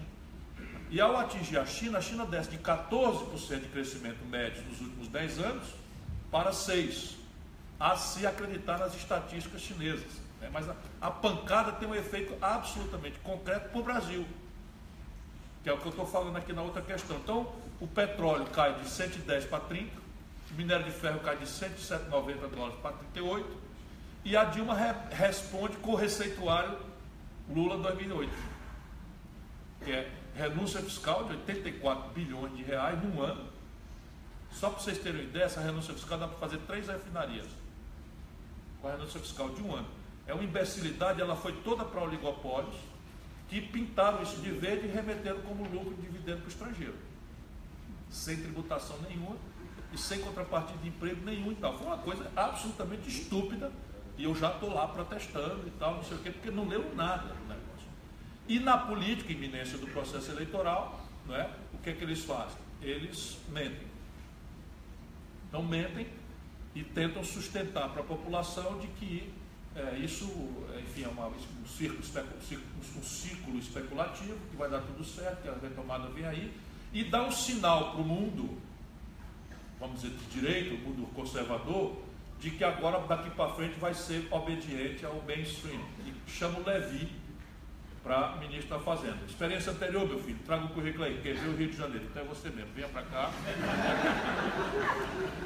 Na ilusão ingênua, completamente naif, de que estava cooptando o sistema financeiro. Então é uma tragédia. E aí o que acontece? Concretamente, você desfinancia o balanço de pagamentos do país e desvaloriza o câmbio 42% em 60 dias. Para achar pouco, mete um tarifaço, que deu 72% de reajuste de tarifa em São Paulo, de energia, e 44% de reajuste de tarifa no Rio de Janeiro. Aí, meu irmão, desfinanciou-se imediatamente o capital político dela completamente e tal, e deu-se no que aconteceu o que aconteceu. Já são 9 os interessados em fazer perguntas. Vamos seguir atendendo a segunda delas, por favor. Se pudesse, vamos lá de tempo. Sob o ponto de vista da febre, é o mesmo filme que derrubou o Fernando Henrique. Só que o Fernando Henrique era orgânico e o filme é vulgar. Quando aconteceu o mesmo fenômeno de valorização do câmbio e não sei o que e tal, o Fernando Henrique era mais orgânico, a plutocracia se aguentou, mas inventou essa trempa de câmbio flutuante, superávit primário e meta de inflação, o Armínio Fraga operando de madrugada, né, no Banco Central paralelo, que o Fernando Henrique montou para esconjurar essa crise, passa informação privilegiada para o sistema financeiro de que o câmbio vai se desvalorizar, e no dia que o câmbio se desvaloriza, o sistema financeiro privado inteiro acerta, estando comprado no câmbio, e quem mica, que estando vendido no câmbio, era Banco do Brasil, Caixa Econômica Federal, Marco e Fonte Sindan, que estava desorientado pelo Chico Lopes, com informação privilegiada falsa, porque foi enganado pelo Fernando Henrique. Então, isto é que é esculhambação. 16 bilhões de dólares o país perdeu nessa noite. Percebe? A Dilma fez swap cambial. Sabe quanto nós perdemos? 111 bilhões de reais. Swap cambial, todo mundo sabe o que é? É assim, o mundo inteiro sabe que o câmbio vai desvalorizar e o governo diz que não vai. Aí o mercado tema dizer que vai, o governo, então tá, eu te dou um seguro. Bota um nome pomposo e você faz o que quiser no câmbio, que se você ganhar dinheiro é seu, se você perder, eu pago. E deu 111 bilhões de reais. Até o Ilan, com o canalha do Michel Temer e sua quadrilha, revogaram isso. Doutor Ciro, bom dia. Sou aluno da graduação no João Gabriel. Eu queria fazer uma provocação na mesma linha que o meu amigo Gabriel na área de educação. Você tem uma experiência muito no CID nacional, tal. Seu irmão foi na educação desse governo. Foi provocado pelo Eduardo Cunha. É o seguinte, o ministro Barroso Supremo recentemente publicou em Perote um artigo que deu muita polêmica. Ele que também é docente da UERJ, ele defendeu que se repensasse a forma de financiar as faculdades públicas do país. Como você mesmo disse durante o painel, toda a generalização é pública. Só que a gente sabe que, em média, os alunos de classe média alta e ricos vão para as faculdades públicas gratuitas, enquanto os pobres vão para diversos universidades por aí, muitas de baixa qualidade. Eu queria saber se nesse contexto de fortes gastos, teto, você não acha que o governo deveria caminhar na direção de alocar recursos de educação básica e repensar a forma de financiar a ensino superior? Eu já pensei isso, não é possível em tempos de YouTube, tipo, só caminhar mais para a direção de um modelo americano e deixar para trás esse modelo que a gente tem aqui no Brasil. Eu já pensei isso no passado. Só que depois de tanto debater, minhas ideias elas só ficam na minha cabeça até outra ideia melhor aparecer. Eu sou muito teimoso, mas apareceu uma ideia nova, comovente, eu troco a minha ideia antiga pela nova. Então, hoje eu penso o oposto. Por quê? Porque a classe média brasileira praticamente não tem de volta do Estado nada pelos 27,5% de imposto que paga da fonte dos seus salários. Nada. Porque ela não acredita na saúde pública, está onerada pelo plano de saúde, não acredita na escola pública, está onerada pela escola particular para os filhos, crescentemente não acredita na segurança pública, está se sobre-onerando por segurança privada nos condomínios, enfim, aspirando carro cuidado, etc, etc. E o último lugar, ou o único lugar onde a classe média tem algum retorno, né, é na escola pública de nível terceiro, de nível superior. Portanto, me mudou minha opinião. Entretanto, talvez seja possível a gente abrir uma discussão que franqueie, como a GV já dá exemplo, as universidades a se cofinanciarem com o mercado. E isto sim talvez seja a grande demanda, porque a ditadura criou um certo entropismo na universidade. Ela foi muito machucada, foi muito ferida, foi muito perseguida, e ela desenvolveu, já tem um viés corporativista, que é da nossa tradição, né, meio proto-fascista, lusitana e tal. E a ditadura e as agressões, ela fez com que ela se fechasse muito. E isso é uma coisa que é muito recente ainda, do seu ponto de vista geracional, é muito recente. Mas a gente precisa forçar uma mão para que a universidade saia dos seus muros e comece a vender soluções para o governo e para o mundo privado, cofinanciando o sistema público, né, que permaneceria em tese gratuito, embora não seja, vamos dizer, irrelevante na minha cabeça, abrir um generoso debate sobre, por exemplo, contribuição voluntária. Pode ser, porque não alimente ilusões. O sistema universitário americano é intransplantável, porque ele não é um sistema privado. Não é um sistema privado. Eu fui visitar escola na Law School de Harvard. Passei lá um ano e tal. Aquilo não é privado. Ainda que juridicamente seja uma fundação de direito privado, ela é pública, não estatal. E ela é estipendiada por grandes colaborações, né, de alumni, né, ex-alunos que sabem que devem à universidade seu êxito econômico, e que nos Estados Unidos tem um tributo sobre heranças e doações de 40%. A República Popular da América do Norte, que é dirigida pelo camarada Donald Trump, né, cobra 40% de imposto sobre heranças e doações. E aí há uma certa prodigalidade nas doações, porque para doação o tributo é bem menor. Então a universidade bota lá o nome do cara, prédio tal, foi doação, fulano tal, não sei o que tal. Então é uma coisa muito deles que não se transplanta para cá. Então, e é ativo. E aí é o seguinte, lá você guarda dinheiro a vida inteira, as famílias, para pagar a universidade. Mas se você tiver mérito e não puder pagar, eles te dão de graça. Para qualquer um, não é para tráfico de influência de ninguém, mérito. Se você é um cara bom, inclusive bom em futebol, em voleibol, em basquetebol, aí nem se fala, né? Mas bom na academia, você não pode pagar, eles rebatem a mensalidade, não existe uma mensalidade igual para todo mundo. Seguiremos com a próxima, que é a terceira das 9 perguntas que temos até agora. Bom dia. Bom dia, estou te vendo. Tudo bem? Eu sou ex-aluno, aqui da graduação e da pós-graduação da FGV. E a pergunta é a seguinte: o Estado de Bem-Estar Social brasileiro é um rascunho e está sendo queimado pelo nosso presidente em exercício, Henrique Meirelles. Quais as consequências sociais disso? E eu sou coordenador do canal de YouTube, youtube.com/vivaroda, onde o Estado não nos cumprimenta por mais essa propaganda. Ao final da entrevista, já fica aberto o convite para o senhor. Nós vamos aqui do Rio. Muito prazer. Vicente, marca aí que eu quero fazer o Viva a Roda. O genérico da cultura. Da cultura, sim. A Roda Viva, claro, sim. É porque nessa eu não posso ir, porque essa é controlada pelo Tucanato, lá de São Paulo.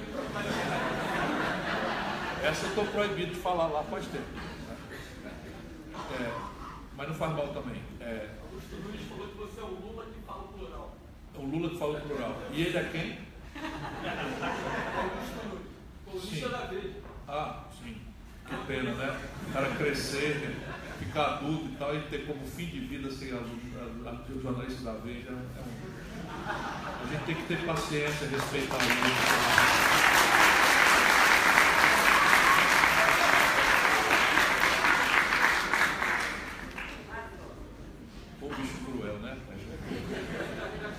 Repare, o Estado de Bem-Estar Social brasileiro não existe, senão na intenção própria e generosa da Constituição Federal de 88, que eu ajudei a rabiscar, né? E ela é uma Constituição principiológica que funda coisas que não são irrelevantes. Por exemplo, o anúncio com o status constitucional de que todo brasileiro tem direito à saúde pública em qualquer nível de complexidade, sem qualquer tipo de condicionalidade, isso corresponde a um dever do Estado.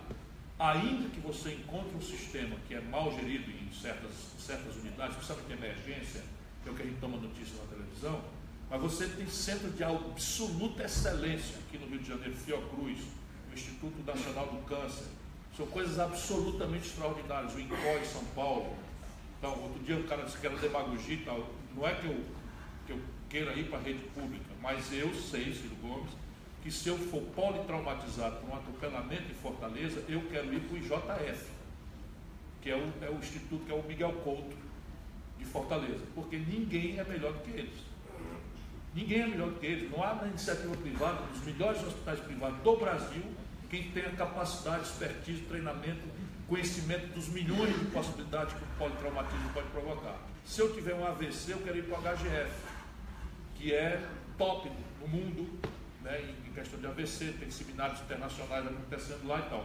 Ou seja, o serviço público pode ser excelente.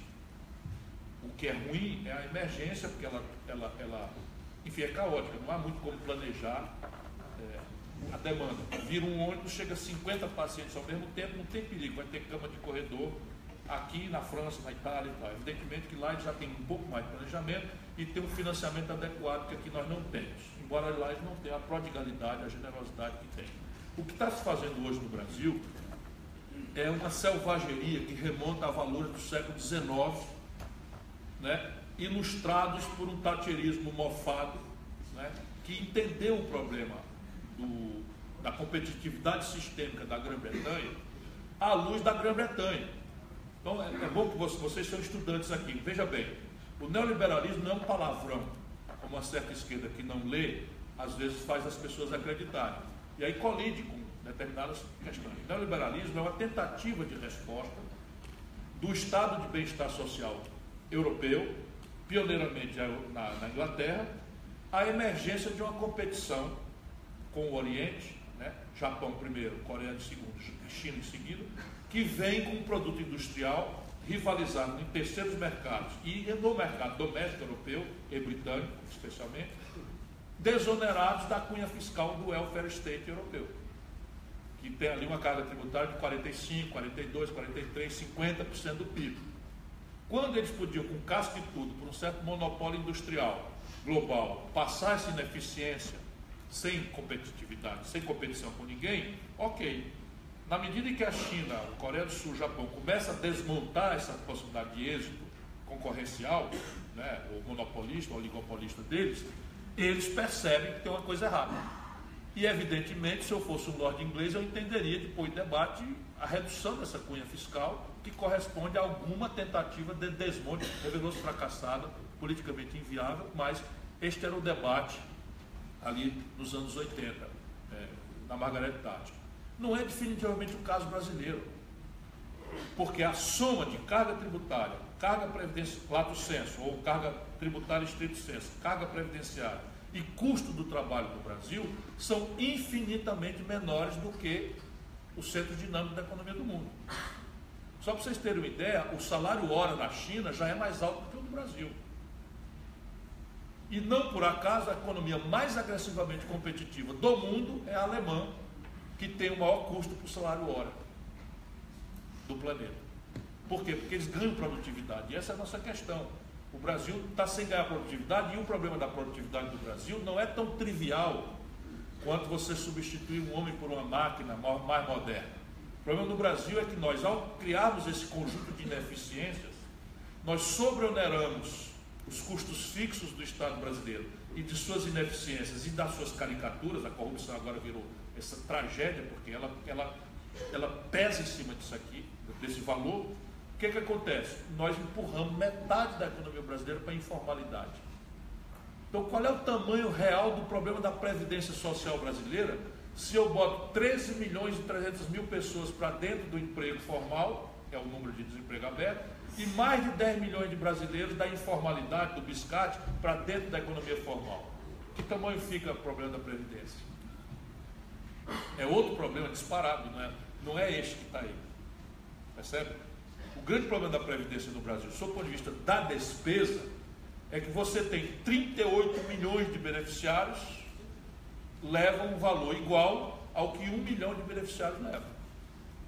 Ou seja, estou me dizendo que eu sou mentiroso, porque eu disse que 2% leva quase um terço da coisa. Então, o cara mandou, agora tem essas coisas para desqualificar. Então, eu não sou um contador, sou um militante da política, eu estudo e minha tarefa é dar ordens de grandeza, mas agora eu vou especializar o número para não desqualificar. É assim, 1,8% dos beneficiários da Previdência Social brasileira levam 22,3% do benefício.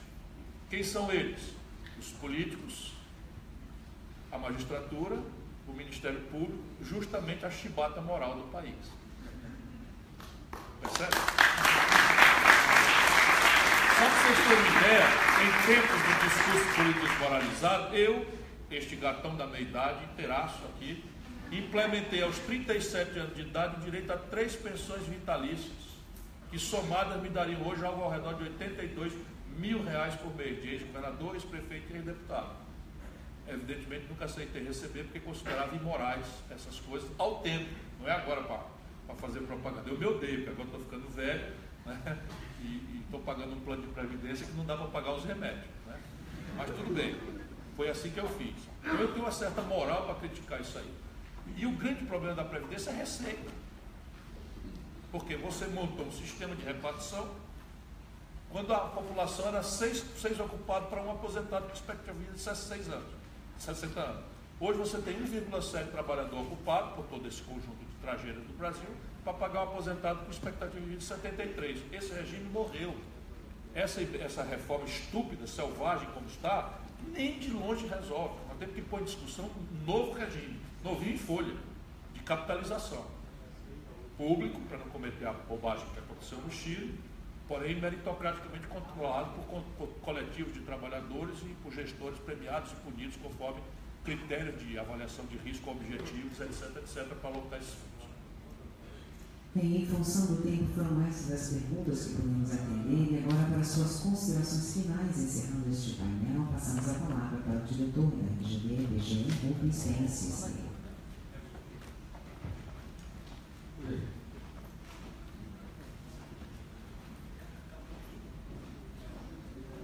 Acho que a gente poderia conseguir mais uma pergunta, duas. Eu sou completamente a favor. Bem rápido, por favor. A quarta pergunta, então, senhor Rubens, por gentileza, cavalheiro, atrás do senhor, se puder, por gentileza, pegar o microfone.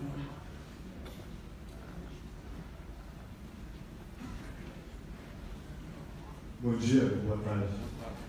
Ciro, a minha primeira pergunta, a pergunta que eu quero fazer é o seguinte: o Mangabeira tem falado muito na questão de uma inclusão produtivista, né? Focando na questão da educação pública.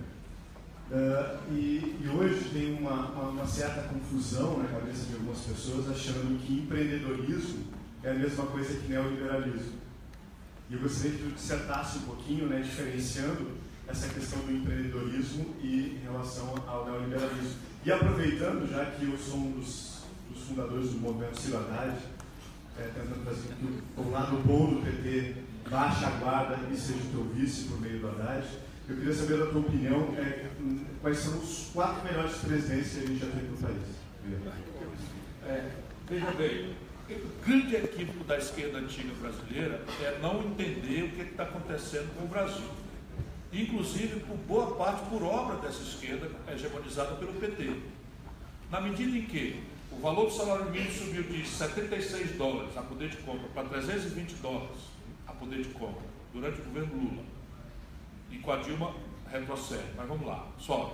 Na medida em que o crédito sobe de 17% para 55% do PIB, focado em coisas tipo tentativa de indústria, focado em retomada da indústria naval, mas focado em moradia popular, em construção civil, que é muito intensivo de mão de obra, e na medida em que a rede de proteção social de massa, né, que baniu a fome dos lares, foi de fato aconteceu numa conta de 16, 17 bilhões de reais por ano de transferência de renda, em ambientes de precaríssima economia local, você criou um mercado de consumo novo que chega aí, vamos falar, em 40 milhões de pessoas que mudaram o patamar de consumo de criticamente nenhum para uma certa classe média, pequena classe média, classe C, né, para acessar semiduráveis. Né? Semiduráveis, forno de micro-ondas, geladeira. Jumento no Ceará voltou a ser animal selvagem.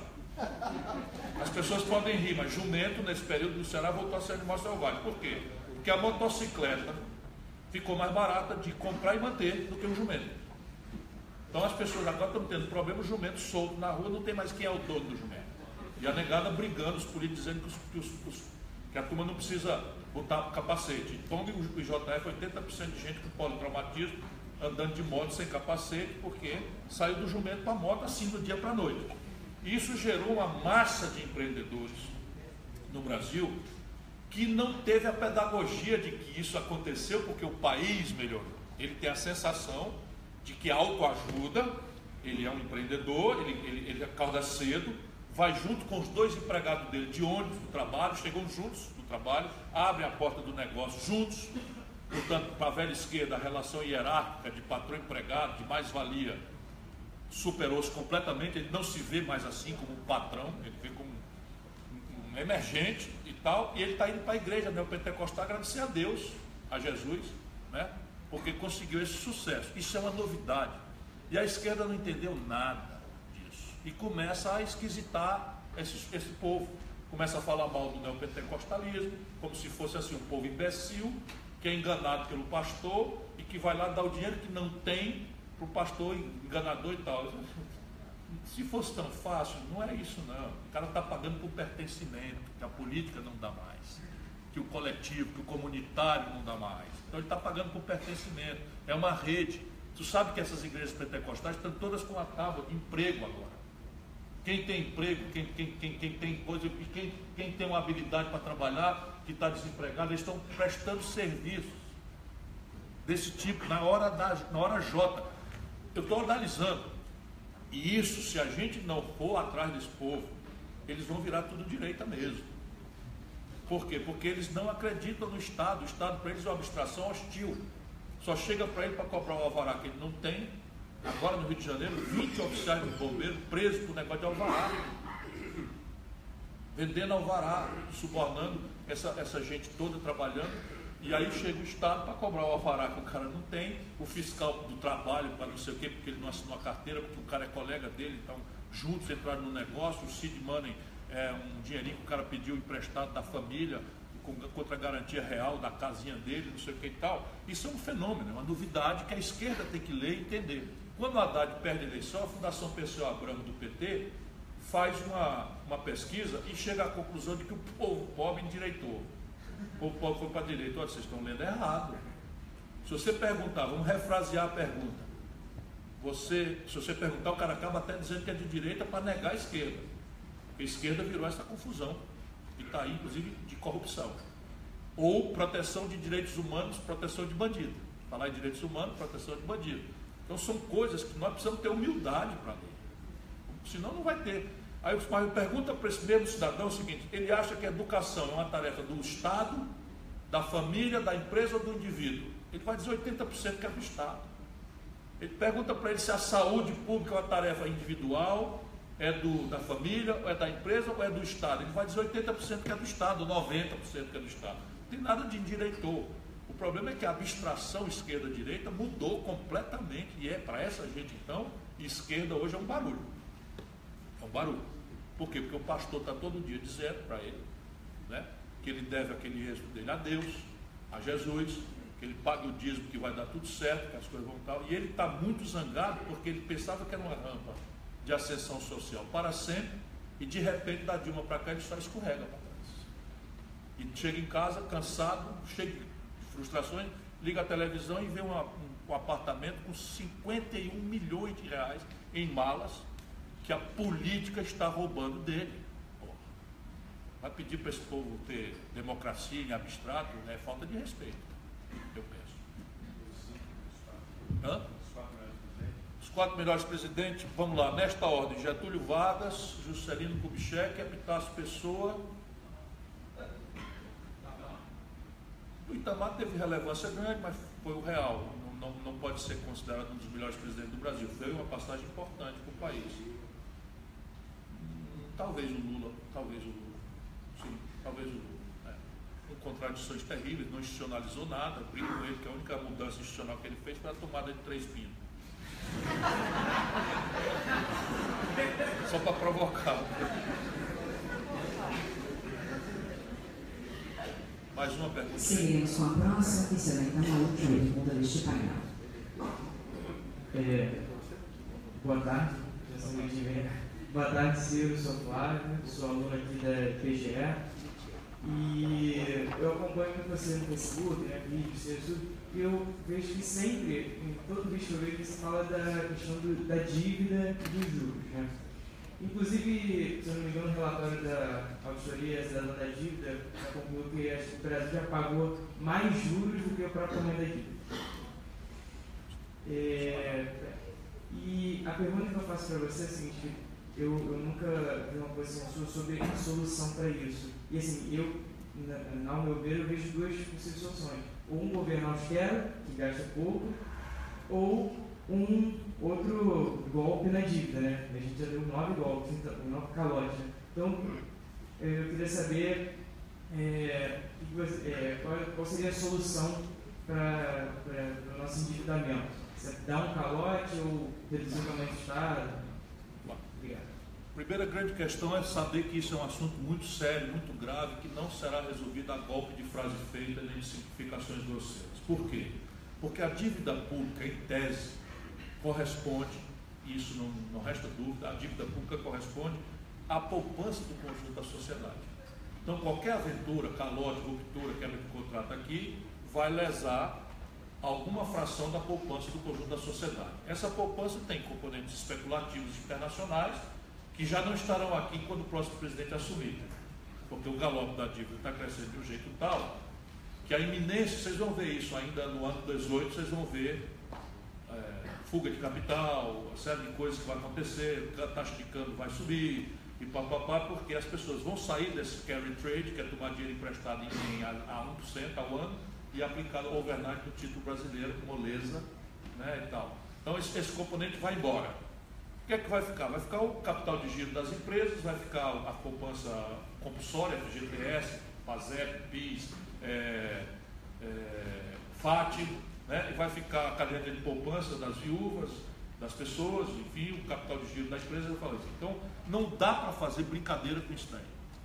Isto dito, para qualquer problema de dívida, você tem que encarar com dois olhares, o fluxo e o estoque. Então, você tem que olhar a dívida com a questão do fluxo e do estoque. No fluxo, eu sustento comovidamente de que não há ajuste fiscal possível, nem no plano prático político, nem no plano teórico, não há ajuste fiscal possível de fazer pelo corte de despesas o ajuste do fluxo brasileiro. Vou tentar propor um aumento de receita em cima de coisas que são defensáveis à luz da experiência internacional comparada, sem contestação. Sabe quantos países do mundo, da OCDE, não cobram tributo sobre lucros e dividendos empresariais? O Brasil e a Lituânia. Com todo respeito à Lituânia, não parece ser um paradigma para um país como o nosso. Sabe quanto é o tributo máximo sobre heranças no Brasil? E só um estado cobra? Adivinha qual é, Lupe? 8%. Só o Ceará cobra. O Rio de Janeiro, quebrado como está, cobra 4%. Sabe quanto é na América? 40%. Sabe quanto é na Europa, por média? 35% a 45%. Percebe? Então é subgravado isso. E eu proponho para debater uma CPMF de 0,38 vinculada ao galope da dívida. Percebe? A ideia é o seguinte: você cria uma faixa de isenção de R$ 1.500 de transação em cheque por mês, abaixo da qual zero tributação. E de 1.500 para cima, você cobra 0,38. Isso não é tecnicamente o melhor tributo, mas é um atípico tributo que a conjuntura de uma dívida se aproxima de 100% do PIB para que você ataque o fluxo. Então, o 0,20 fica para a União vinculado ao serviço da dívida e o 0,18 aos estados e municípios vinculado ao serviço da dívida. Então, essa é uma proposta, inclusive com um gatilho, de maneira que se a dívida como proporção do PIB chegar em 60%, se suspende o tributo. Então, ela não vai valer nem por 1, nem por 10, nem por 100 anos. Vai valer como proporção da sanidade patrimonial do país, né? Colocando a transação financeira vinculada a... O que é que vai resolver o problema do fluxo, entretanto? consistentemente só tem uma saída: é trazer a taxa de juros real do Brasil para um patamar seguramente abaixo da rentabilidade média dos negócios. Ponto. Isso quer dizer o quê? Que eu desconheço o efeito potencial, os riscos potenciais? Não, eu já fui ministro da Fazenda. Eu ajudei a implantar o real. Eu sei bastante bem, né, que em certos momentos de ato de produto, a taxa de juros tem que combater a demanda agregada, sem o que você tem preço inflacionário. Tudo que tem sido feito no Brasil a este pretexto é mentira. Mentira. Por quê? Porque nesse momento o Brasil está com quase 30% de capacidade instalada ociosa. Portanto, você não tem sobre demanda a justificar aumento de nenhum preço. Nenhum preço. A mudança do patamar de preço que já passou é once and for all, que é a mudança do patamar do câmbio e os preços administrados pelo governo. Esses dois movimentos não têm efeito sobre eles a taxa de juros. Portanto, é preciso trazer consistentemente a taxa de juros a um patamar, a um teto inferior à rentabilidade média dos negócios. Ponto final. Isto com certo fluxo. Só para você ter uma ideia, esses 3 tributos dá para você incrementar a arrecadação em 130, 140 bilhões de reais por ano. E a queda disso aqui, cada ponto tira 60 bilhões de reais do fluxo futuro. Para o estoque, a partir de eu ter um fluxo sadio, eu devo começar a trabalhar o conserto dessa dívida para que ela tome o perfil de que toda dívida nos manuais de economia e na experiência empírica do mundo são. Por que o padrão de comparação da sanidade patrimonial dos países é proporção dívida-PIB? Ora, ninguém paga dívida com PIB. Você paga dívida com tesouro, com arrecadação, certo? Mas por que o padrão, vamos dizer, teórico, de sanidade patrimonial é a comparação dívida-PIB? Porque, por definição, e quem estuda a economia no Brasil tem que olhar a vida a partir, tem que ler Keynes, tem que ler Hayek, tem que ler todo mundo, mas não dispense-se de olhar a nossa realidade à luz das peculiaridades únicas que ela apresenta. Então, por que no Brasil, né, é completamente diferente? Porque nos Estados Unidos a dívida é 130% do PIB e o termo médio de vencimento é 17 anos. Na Europa, por regra, 120%, 130% do PIB e não tem problema de liquidez nenhuma, porque por médio o tempo de maturação da dívida, por quê? Porque dívida pública, por definição, é onde se hospeda, ou por pit stop ou para sempre, a poupança de longo prazo da sociedade. Simples assim.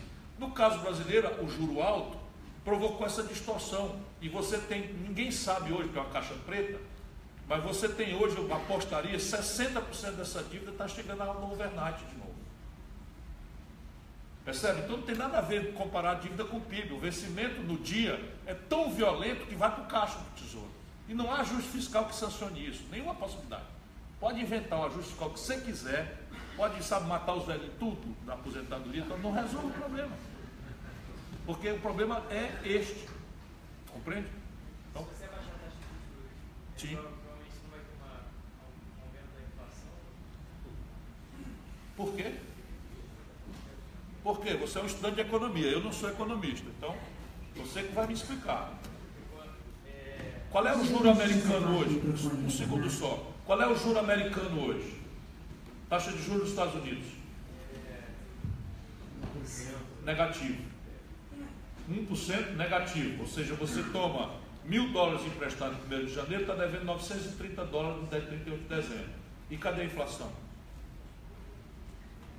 Qual é a taxa de juros na Europa hoje? Negativa também. Qual é a taxa média de inflação na Europa? Não se tem notícia. Qual é? Não existe picar. Não existe picar. Bota aí no cartão em 5 vezes. Isso é que vocês estudantes têm que entender. Ninguém na Europa entende o que é o Ricardo Eletro, a Casa Bahia. Ninguém entende. Por quê? Porque nós tivemos 30 anos de inflação e o Ricardo Eletro não é uma loja de eletrodoméstico, é uma financeira. Porque eles perceberam, e isso tem uma questão de demanda agregada, dissuadir demanda agregada por crédito, então isso tudo é de manual, ok. Mas a psicologia do consumidor brasileiro deseja consumir o padrão estandartizado de consumo que ele conhece, Portanto, ele quer ter uma geladeira, um micro-ondas e um fogão de 4 bocas. Só que ele não tem renda para isso. Resultado, o Ricardo Eletro, sabendo disso, pica em 36 vezes, ou em 24 vezes, e vende para ele um micro-ondas que ele leva para casa e cobra dele 2 no juro. E o cara não quer nem saber, porque para ele o que ele importa é se a prestação cabe no fluxo dele. Portanto, aqui nós temos que olhar as coisas com um olhar, sabe, da peculiaridade brasileira. Então você sabe qual é a fração de crédito livre na economia brasileira? Descontado BNDES, TJLP, descontado crédito rural, para o agronegócio de grande coturno, descontado o agronegócio para a agricultura familiar, PRONAF, para a agricultura, para o descontado do crédito dirigido para a construção civil, de Minha Casa Minha Vida, não sei o que e tal. Sabe o que é crédito de crédito livre no Brasil? 20%. Que por sua vez chegou no melhor momento do Lula a 55% do PIB, hoje já despencou para 20%, 25%.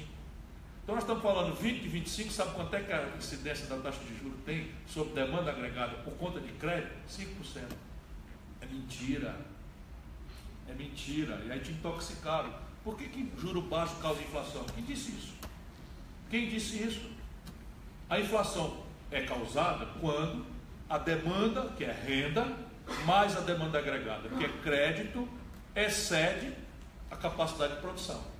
Aí você tem, teoricamente, você deveria dissuadir a demanda via encarecimento da demanda agregada, é o primeiro momento, para, desencorajando o crédito, você deve trazer a demanda a um padrão equilibrado e tal. Ora, pô, se eu estou com capacidade de instalar ociosa de 30%, onde é que tem sobredemanda a ser justificada no taxa de juros? Compreende o que eu estou dizendo? Pare para pensar e se rebele. Isso tudo é transferência de renda de quem trabalha e produz. Eu estava lá, a gente, para prevenir uma crise bancária, com o fim do imposto inflacionário, nós dissemos, nós vamos passar uns 3, 6 meses com juros lá em cima, a gente olha o impacto do fim da inflação no sistema financeiro e depois traz a taxa de juros. Viciaram. Viciaram, simplesmente viciaram. E pior agora, permitiu-se no Brasil, que o Fernando Henrique e Lula continuou, a hiperconcentração, de maneira que quase 70% do sistema financeiro hoje brasileiro são 4 bancos. Caixa Econômica do Banco do Brasil, 4. Caixa Econômica do Banco do Brasil, Itaú e Bradesco. Não, Santander lá longe. Esses 4 aqui são 65,5%. E o Santander ainda perdeu um bocado de correntista aí porque fez cagada indo e voltando. Foram essas as perguntas, então, caminhando agora para o encerramento, veremos as considerações do diretor do PGE, Rubens Penha Cisne. Eu gostaria de agradecer muito a todos que estão aqui nos honrando com a presença e convidar a todos para uma visão dessa sequência de debate que nós estamos fazendo, considerando que aqui grande parte dos alunos são alunos de economia, portanto, são alunos que observam as coisas do ponto de vista científico e tem aquela ideia que o Karl Popper, se quiser lá de trás do respeito, de fazer uma experiência, ver se essa experiência corrobora os fatos ou não, se não corroborar muito o modelo, se corroborar a próxima experiência. A reflexão que eu gostaria que nós fizéssemos sobre essa sequência de debate é paralela a essa ideia lá do Francis Bacon, surgiu 250 anos depois com John Stuart Mill. Quando ele escreveu On Liberty, ele pensou no seguinte: um debate, a colocação de uma opinião, ela é como uma experiência empírica que poderá ou não modificar aquele modelo mental que você tinha antes. Se modificar, ótimo, você vai para a próxima experiência, para o próximo debate. E se não modificar, também você terá passado por aquela experiência sem mudar a sua forma de pensar. Então, essa forma de encarar o debate democrático, ministro, eu acho que é muito interessante, porque é uma ideia clássica que vê o debate como o paralelo de uma experiência empírica, podendo ou não mudar a forma da gente pensar. Então, por conta disso, quando o Emanuel e o Gabriel nos procuraram para provermos aqui um debate, uma série de debates de cunho pluralista, cunho ecumênico, eu fiz apenas uma colocação para eles. E eu reproduzo essa colocação aqui perante eles e perante vocês. Eu pedi o seguinte: que eles procurassem os diretórios acadêmicos, não apenas da Fundação, do Direito, das Ciências Sociais, procurassem o pessoal do DAPT, do meu colega Marco Rude, mas procurassem também os diretórios de várias outras universidades aqui no Rio de Janeiro, se não até em outros estados, e perguntassem a eles quem eles achavam que eles queriam ouvir. Então, essa colocação de tentar trazer para o seio estudantil, para o seio mais jovem, que são vocês que vão, daqui a pouco, estar com as rédeas do país nas mãos, eu acho muito importante, Manuel, foi exatamente o que eu falei para você e para o Gabriel. De forma que eu acho que nós conseguimos hoje fazer uma experiência empírica com as nossas formas pretéritas ao debate de pensar. Alguns poderão ter concordado com algumas ideias, outros com outras, mas nós certamente evoluímos porque nós tivemos provocações e a função da educação é provocar, coisa que o ministro faz com facilidade. Então, agradeço a todos, agradeço aos funcionários da PGE, meu colega Marco Rude, a sua equipe do DAPT, o diretório acadêmico, o Emanuel, o Gabriel, e agradeço, ministro, especialmente a sua participação, com a sua experiência no Brasil. Vir aqui, evidentemente, como em todo debate, haverá pessoas que concordarão, outras que não concordarão, mas a sua gentileza em nos prover as suas ideias, a sua experiência, é muito apreciada aqui nesse seio democrático. Muito obrigado a todos.